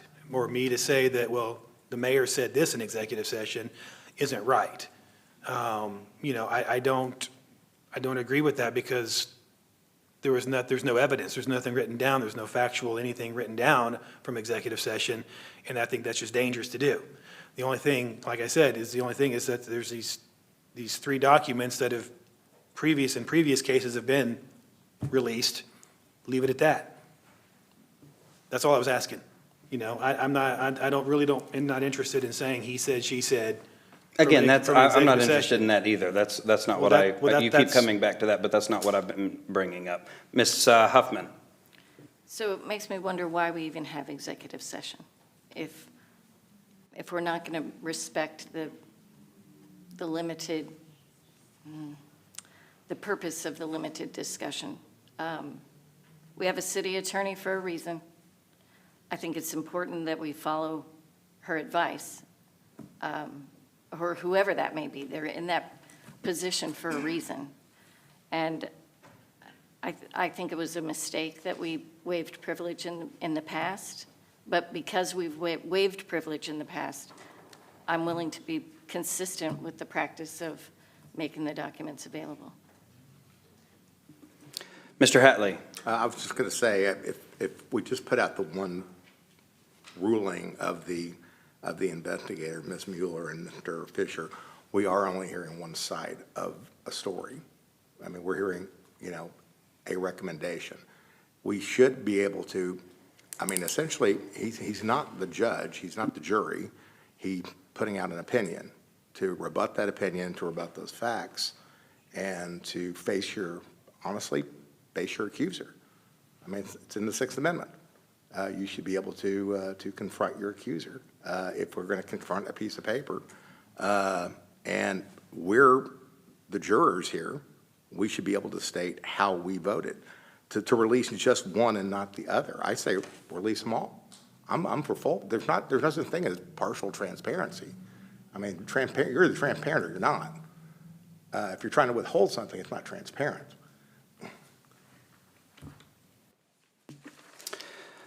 Any other discussion? So what is it exactly you're wanting to release with item H?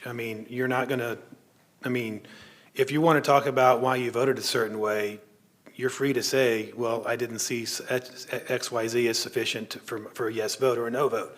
You're free to say that.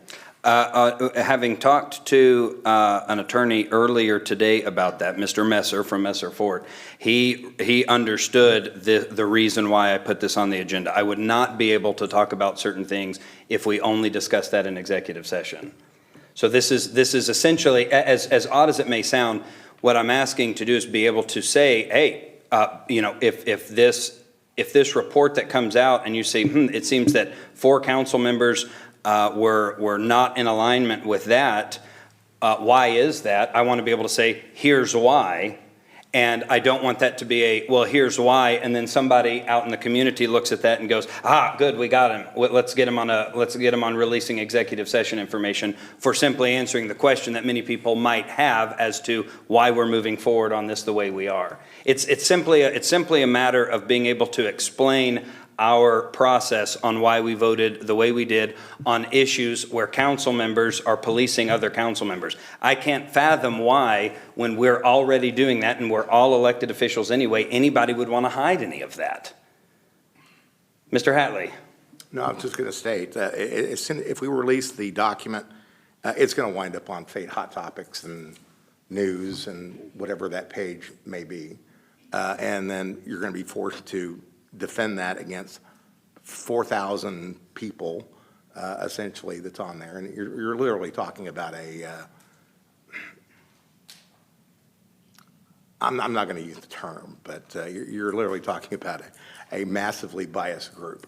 So, and that's not the place to have any kind of rational discussion or really to get any sort of reasonable news. And I won't get into it, but you and Ashley both commented on it. There's lots of things that wind up on there that are absolutely disgusting. That's not the place to go have any sort of a rational debate on anything. But it seems to me that's where everybody wants to have that debate. I say let's have that debate here if we're going to have it. Well, you're absolutely right. Facebook is no place to have any kind of discourse on this. 100% agree. Yeah. I'm not sitting here. My agenda item is not to post the things on Fate Hot Topics or the bloggers, whatever, Pipkin's guy, none of that. I just was. But it will wind up there. Sure. And you just said, let's have the argument. You said earlier, let's have the argument on Facebook. I just want to put the document out there so everybody knows what the document said. So So Mark, you said something earlier where you wanted to put these together. Are you saying that as you're wanting to amend this motion? I want to amend it and put them, and let's do it all. I mean, let's be 100% transparent. Let's have no spots on the glass, no nothing. Let's have it clean, Windexed. Let's see everything. Okay, so to be clear, well, hold that thought. Ms. Raines? Yeah, no, we're not gonna, I don't agree that we should converge G&H into one motion. That's Okay, so borderline political games. Nor do I think we can. They're two separate items, but also, Mayor, I want to point out that the city secretary has got a public comment card since you began. Oh, okay. Can we just do that right away? I'm asking if you're taking speakers. Does it deal with this item? It is this item, yes. Okay. Yeah, let's hear from the people. Okay. Bob Chambers, address 425 Hackberry. Welcome, Mr. Chambers. Gentle persons, I don't know what's in these documents. I'd like to know. I think the public needs to know because they need to draw their own conclusions. That's what transparency is all about. Now, I disagree, or I agree with the city attorney that what happens in executive session is not documented. It's all hearsay after the fact, and it's probably not appropriate. It doesn't prove any points. But the documents, the reports from the audit, the ethics investigations need to be released. I've heard a talkathon here from the mayor, and it just seems to me that there's no discussion about these documents. It's all about this executive session stuff. I agree with Mr. Robbins. This needs to be public. The public needs to know what the ethics investigation revealed about their council. There's an election coming up. Maybe that's why we're suppressing this. I don't know. But in the interest of transparency and informing your public, it's important that these documents regarding whoever they regard need to be released. I don't know what's in them. I've heard rumors. I don't care what you all talked about in executive session because you didn't do anything coming out of executive session. But those documents are important to transparency. That's the transparency. The transparency is not what you all talked about in executive session because it's executive session for a reason, and it needs to stay there. But the basis for those discussions, it seems to me, are these ethics investigations and the report that came out of them. And that's what the public needs to know. The more you obfuscate, the more you chat and gab and wonder and debate back and forth, leads you to no conclusions. And the public wants conclusions. They want a council that's doing things, that's not sitting on their hands and hiding uncomfortable information. Your positions on the council are representative of the public in the city. And if you won't tell the city population what you're doing and why, and who's doing what to who within the council, then that's a problem. And if you're on that side, you don't deserve to sit on the council. And with an election coming up in November, maybe you won't be. But it's ridiculous to sit here and blah, blah, blah, back and forth, dominating the conversation, Mr. Mayor. It doesn't do any good. It doesn't help anybody. I certainly support Councilman Robbins, Councilmember Raines, in their support for releasing these documents. And I would hope that 2 or 3 of the rest of you would come to see that as a reasonable way to proceed. That's all I have to say. Thank you, Mr. Chambers. Mayor, we have one more speaker, being Karen Kaiser, 1093 North Churchill Drive. Welcome back, Ms. Kaiser. Thank you. Karen Kaiser, 1093 North Churchill. I think I tried too hard to be polite. I raised this during your public hearing for your recall, and I raised it again tonight. I believe I'm on the same page as the item that Council Members Rains and Robbins raised. Consistently, given that we've become almost too familiar with ethical violations in the city of Fate, the same process has been followed until it came to you, Mayor Greenberg. If the attorney who made the opinion, and it's the attorney's opinion that matters. I don't care your interpretation of whether the legal opinion was right or wrong, but if the legal opinion said, I find no credible evidence to proceed, you stopped. The one that Councilmember Megacy filed, it was just they didn't have the sections in the right section. Many of you went online saying, oh, it had no merit. No, that's not what the attorney said. He said it was insufficient. So it was either had credible evidence or it didn't, and that's how we went. One had credible evidence, it moved forward to not one but two censures. The others didn't. The ones for the council members that no longer sit up here, I don't think are terribly relevant to anyone at this point. But yours, sir, is the only one that we don't know what it involved. I don't care what it involved. I don't really think the public needs to know that. But Councilmember Robbins would not have made a motion to move forward based upon the attorney finding credible evidence that an ethics violation had occurred if, in fact, the report didn't say that. It's not his first rodeo. Alan's pretty seasoned, more seasoned than all of you added together.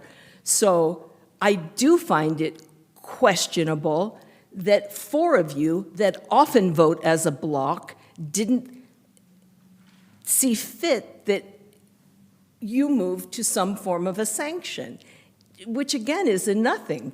But what you debated in the closed session is not ours to hear. It was a consistency, followed until it came to Mayor Greenberg. And that's what I think the rub is for many people. That's the point I was trying to make. And I don't know if you can go back and redo a vote. I don't understand why four of you, other than this bond that you've all formed, think you know better than an ethics attorney. Because I'm here to say, I'm sure you don't. You don't know how to analyze that attorney general opinion against your situation, and I promise you the facts were not identical. 3 years of law school is a thing, and then you add decades of practice in ethics, that's a huge thing. And it's absurd to suggest that you all know better. But everybody else has moved the same way. You're the only one that moved forward because you're the only one that credible evidence was found, except for yours, Mayor, and it stopped because you hold the majority on this council. And at this point, perhaps it's a good thing so people can see why. It has nothing to do with Cody Chin. It's not retaliatory. That, in fact, in a nutshell, I think, is why people signed a recall for four of you. Thank you. Thank you, Ms. Kaiser. Okay, I would just add, based on what some of the public comment was tonight, I vehemently disagree with the sentiment that the public doesn't need to know. I think that flies in the face of what transparency actually is. I think that the public does need to know, and I know that there are plenty of people who are using language like they find it questionable and indicating there's a question that's being had there. I would like to answer that question as best I can, but it seems some people only want to hear one side of it. So I will go ahead and make the motion that we waive attorney-client privilege for the June 1st, 2026 executive session discussion regarding the ethics complaint filed on April 16th, 2026 against Mayor Andrew Greenberg, the ethics complaint filed on May 4th, 2026 against Mark Harper, and the the ethics complaint filed on May 4th, 2026 against Cody Chin. Do I have a second? I'll second. Okay, any more discussion? Again, I would just add that there's been a lot of discussion on the idea of what does this entail. This just allows when people have questions, when people are inevitably going to find it questionable, this allows a discussion to be had. If we don't want to have that discussion, you can vote against this. If you're okay with more conversation to understand what's going on in the community, a vote of yes would allow that to happen. Ms. Huffman, Ms. Huffman. So, but this is not both. This is not both. This is just the attorney-client privilege of executive session discussion.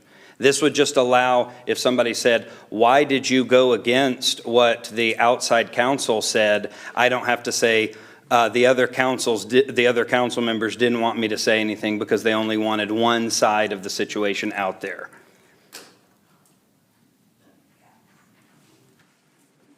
Did you have your mic on? I did. Okay. Mr. Manival.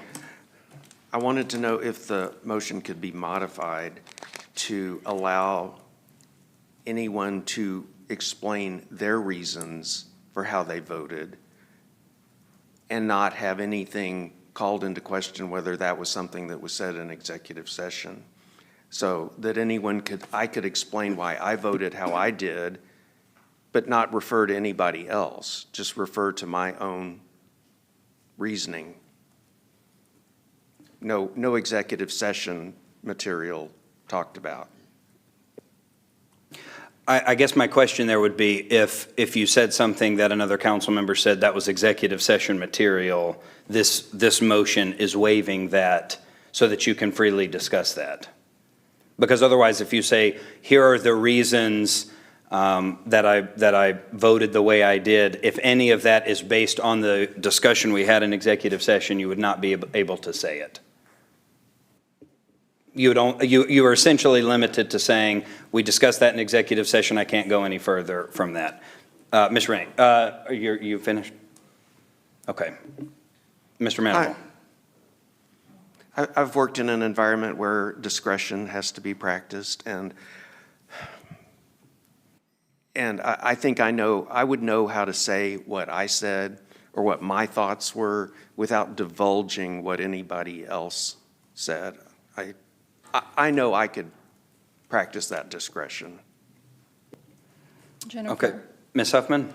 So just so I'm clear, your motion would allow anything discussed in that executive session to be discussed with the general public? Pertaining specifically to the ethics complaints, yes. I'm just saying, because we went into executive session multiple times, this would just be about the June 1st ethics complaints. Mr. Hatley. I was just going to say that, this would allow us to be able to honestly answer the question that if asked why I voted the way that I did, I'll be able to explain it in great detail. I mean, it wouldn't be having to recall it. I mean, I know very specifically, based off of what happened in executive session. Ms. Huffman? Sorry, one more question. So this so-called discussion we can have about what happened in executive session, you're not proposing we start that now? Absolutely not. So this would be subject to out in the general public, I'm in the grocery store and somebody says, what happened in executive session? Well, what I remember happening in executive session was X, Y, or Z. And there's no check for credibility, there's no verification of the truth. I mean, it just feels very broad. Well, to be clear, that can happen with any conversation anyone would have, but this would also allow, if I had a very specific, hypothetically, if I had a discussion with the Attorney General's office and information was presented in executive session that seemed to conflict with the hired counsel's report, we could discuss that, hey, there was a conflict there. So the idea of who best to know, who to trust on these issues, it's well, what happens if two attorneys conflict? Here's what one said, here's what the other said, here's the report to even back up what they were saying. We could absolutely present both of those. But as of right now, if this motion does not pass, it would only be one report that would be allowed and really no further discussion and no, even a general goodwill to say, hey, let me explain why it seems that we broke from precedent or why I broke from precedent. I would be handcuffed and wouldn't be able to explain that. And I think that's just, it's an odd position to be in when, and I'll acknowledge, I wish Ms. Kaiser were still here, I'll acknowledge the interesting nature of that vote. Yes, I absolutely did vote against moving forward with any sanctions because I thought there were major problems with Mr. Fisher's report. I would love to be able to explain that in a way. The people who don't like me and are going to vote to recall me aren't going to listen to what I have to say anyway. But there might be some people out there who would say, yeah, give me your take on this and what was going on. I want to be able to have that kind of conversation. So you want to have your public hearing is what you want? No. That sounds like what you're asking for. You want to explain your side of things as opposed to just a public what the hearing. report A says. public hearing would have been coming up here and bringing in witnesses and allowing cross-examination. I'm not asking for any of that. Okay. Okay, any other discussion before we vote? Okay, please vote.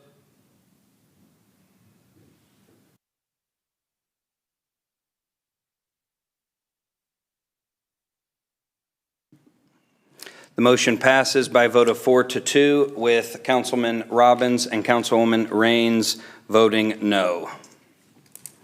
Thank you, Council. All right, Miss Vicky, next agenda item, please. So we go back to agenda item 6G, which is discuss, consider, and take any necessary action regarding waiver of the attorney-client privilege for the June 1st, 2026 memos written by 1, Ross Fisher regarding the ethics complaint filed on April 16th, 2026 against Mayor Andrew Greenberg. 2, Laura Mueller regarding the ethics complaint filed on May 4th, 2026 against Mark Harper. And/or 3, Laura Mueller regarding the ethics complaint filed on May 4th, 2026 against Cody Chin. Okay, I know we had a lot of discussion on this, so in the interest of time, somebody's more than welcome to speak on this specifically, or we can entertain a motion. Make a motion that we waive privilege on the June 1st memos and item 8G. 6G? 6G, my All right, I apologies. second that. The interest of transparency, total transparency. Any further discussion? Oh, yeah, I guess we need to wait for his. That's completely up to you, Mayor. You've got a quorum, so you certainly can wait, but you don't have to. Council, your thoughts? All right, we will wait for Mr. Manival's return to vote on this agenda item that has received a motion and a second.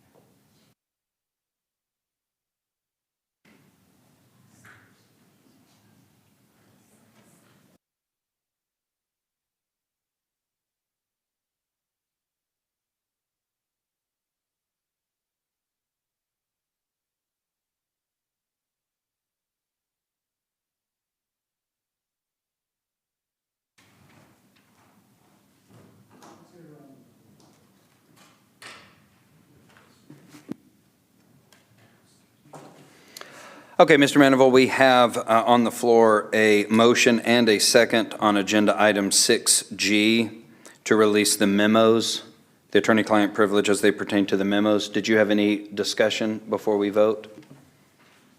No. Okay. I'm sorry, Mayor. I Oh, do. Ms. Huffman. Yeah. I'm just hopeful that we don't have to have these kind of votes in the near future, or really any time in the next 5 or 6 years. That would be lovely. Okay. Maybe you saying that on the record would be the turning point. All right. Council, please vote.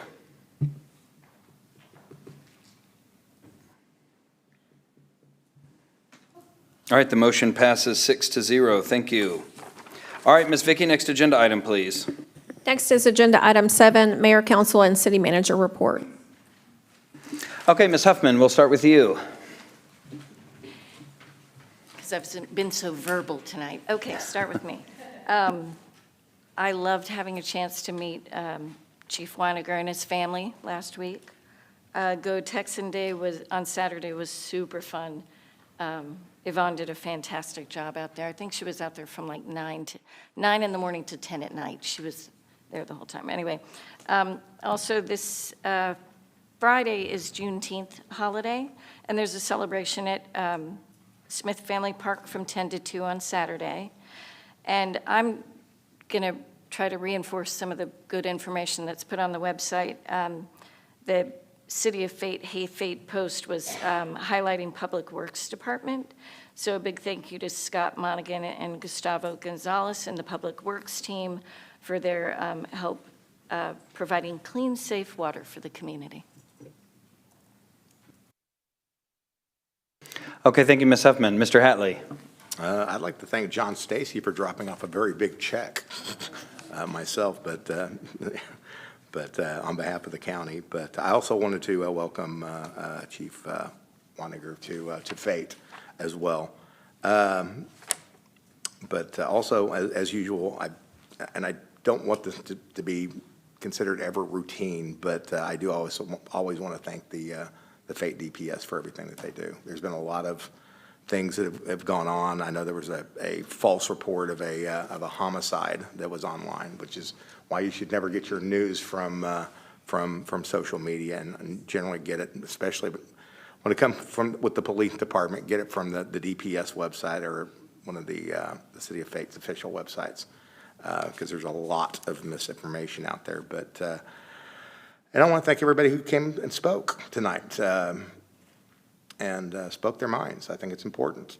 I don't care if you spoke for me, against me, neutral of me, or everybody up here. It's important that we exercise our First Amendment, and I'm a great believer in the absolute First Amendment, and I'm a great believer in transparency in all of its forms, as long as it falls within the law. The law does state, with an open record, is all records are presumed to be public until the state can show and the government can show the legal reasons why it should be withheld.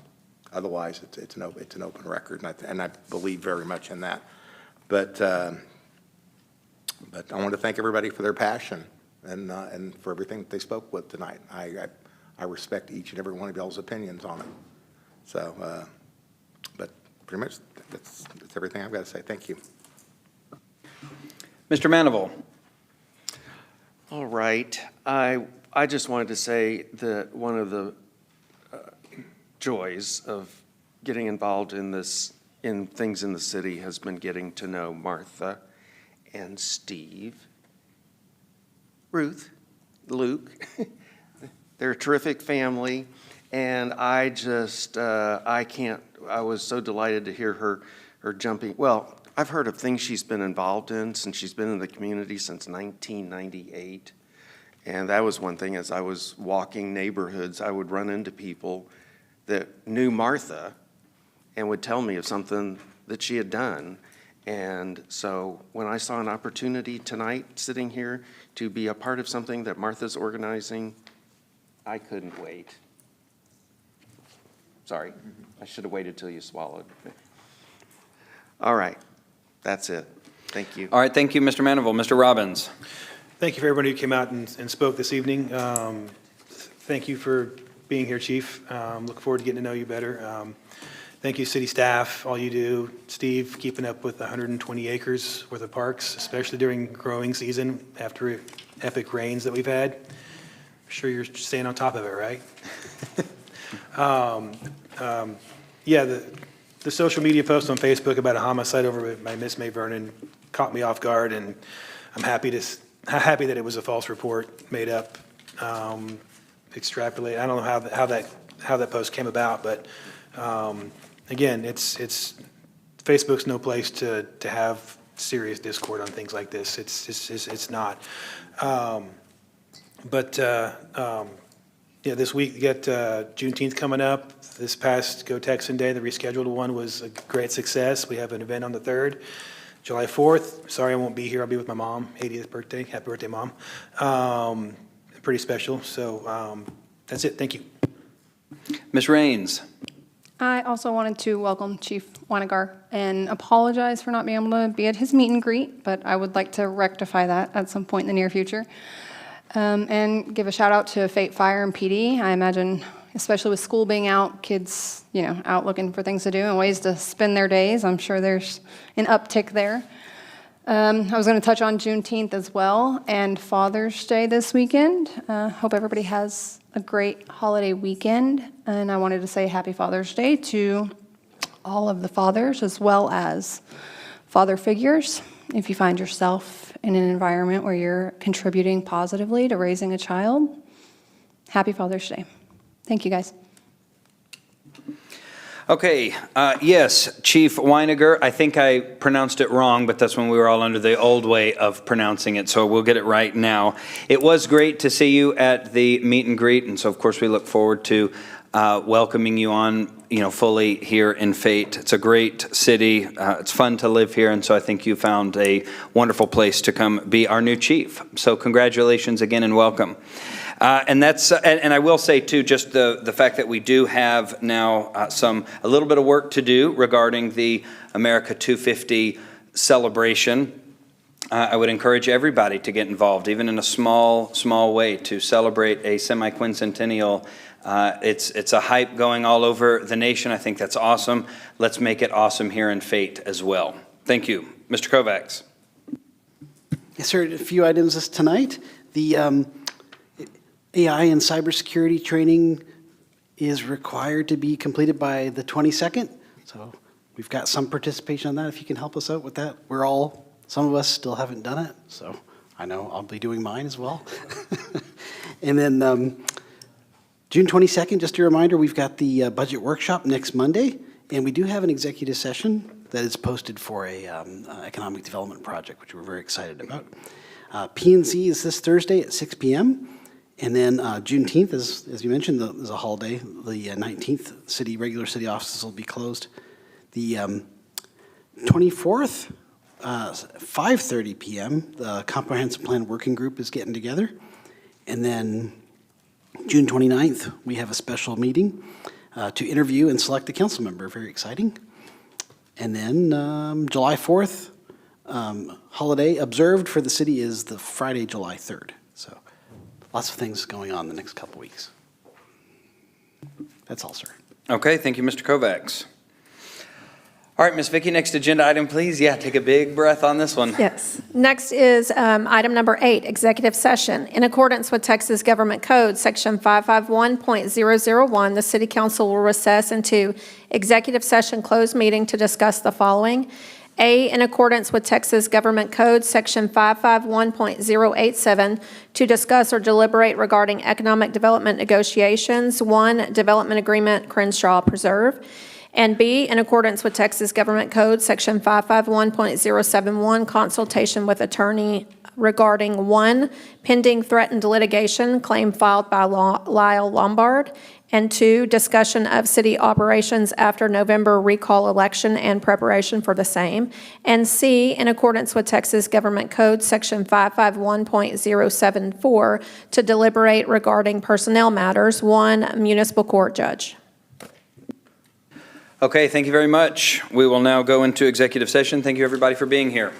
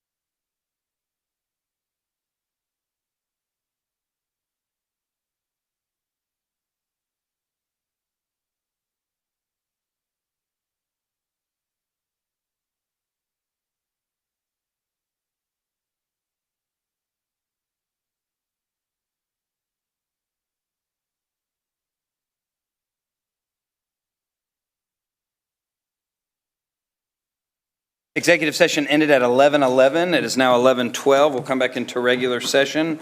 Madam Secretary, no action will be taken as a result of any of the executive session agenda items. So what is our next agenda item, please? Item number 10, adjournment. All right, do I have a motion to adjourn? Make a motion, we adjourn. Do I have a second? I second. Seeing there's no discussion, all those in favor, please vote.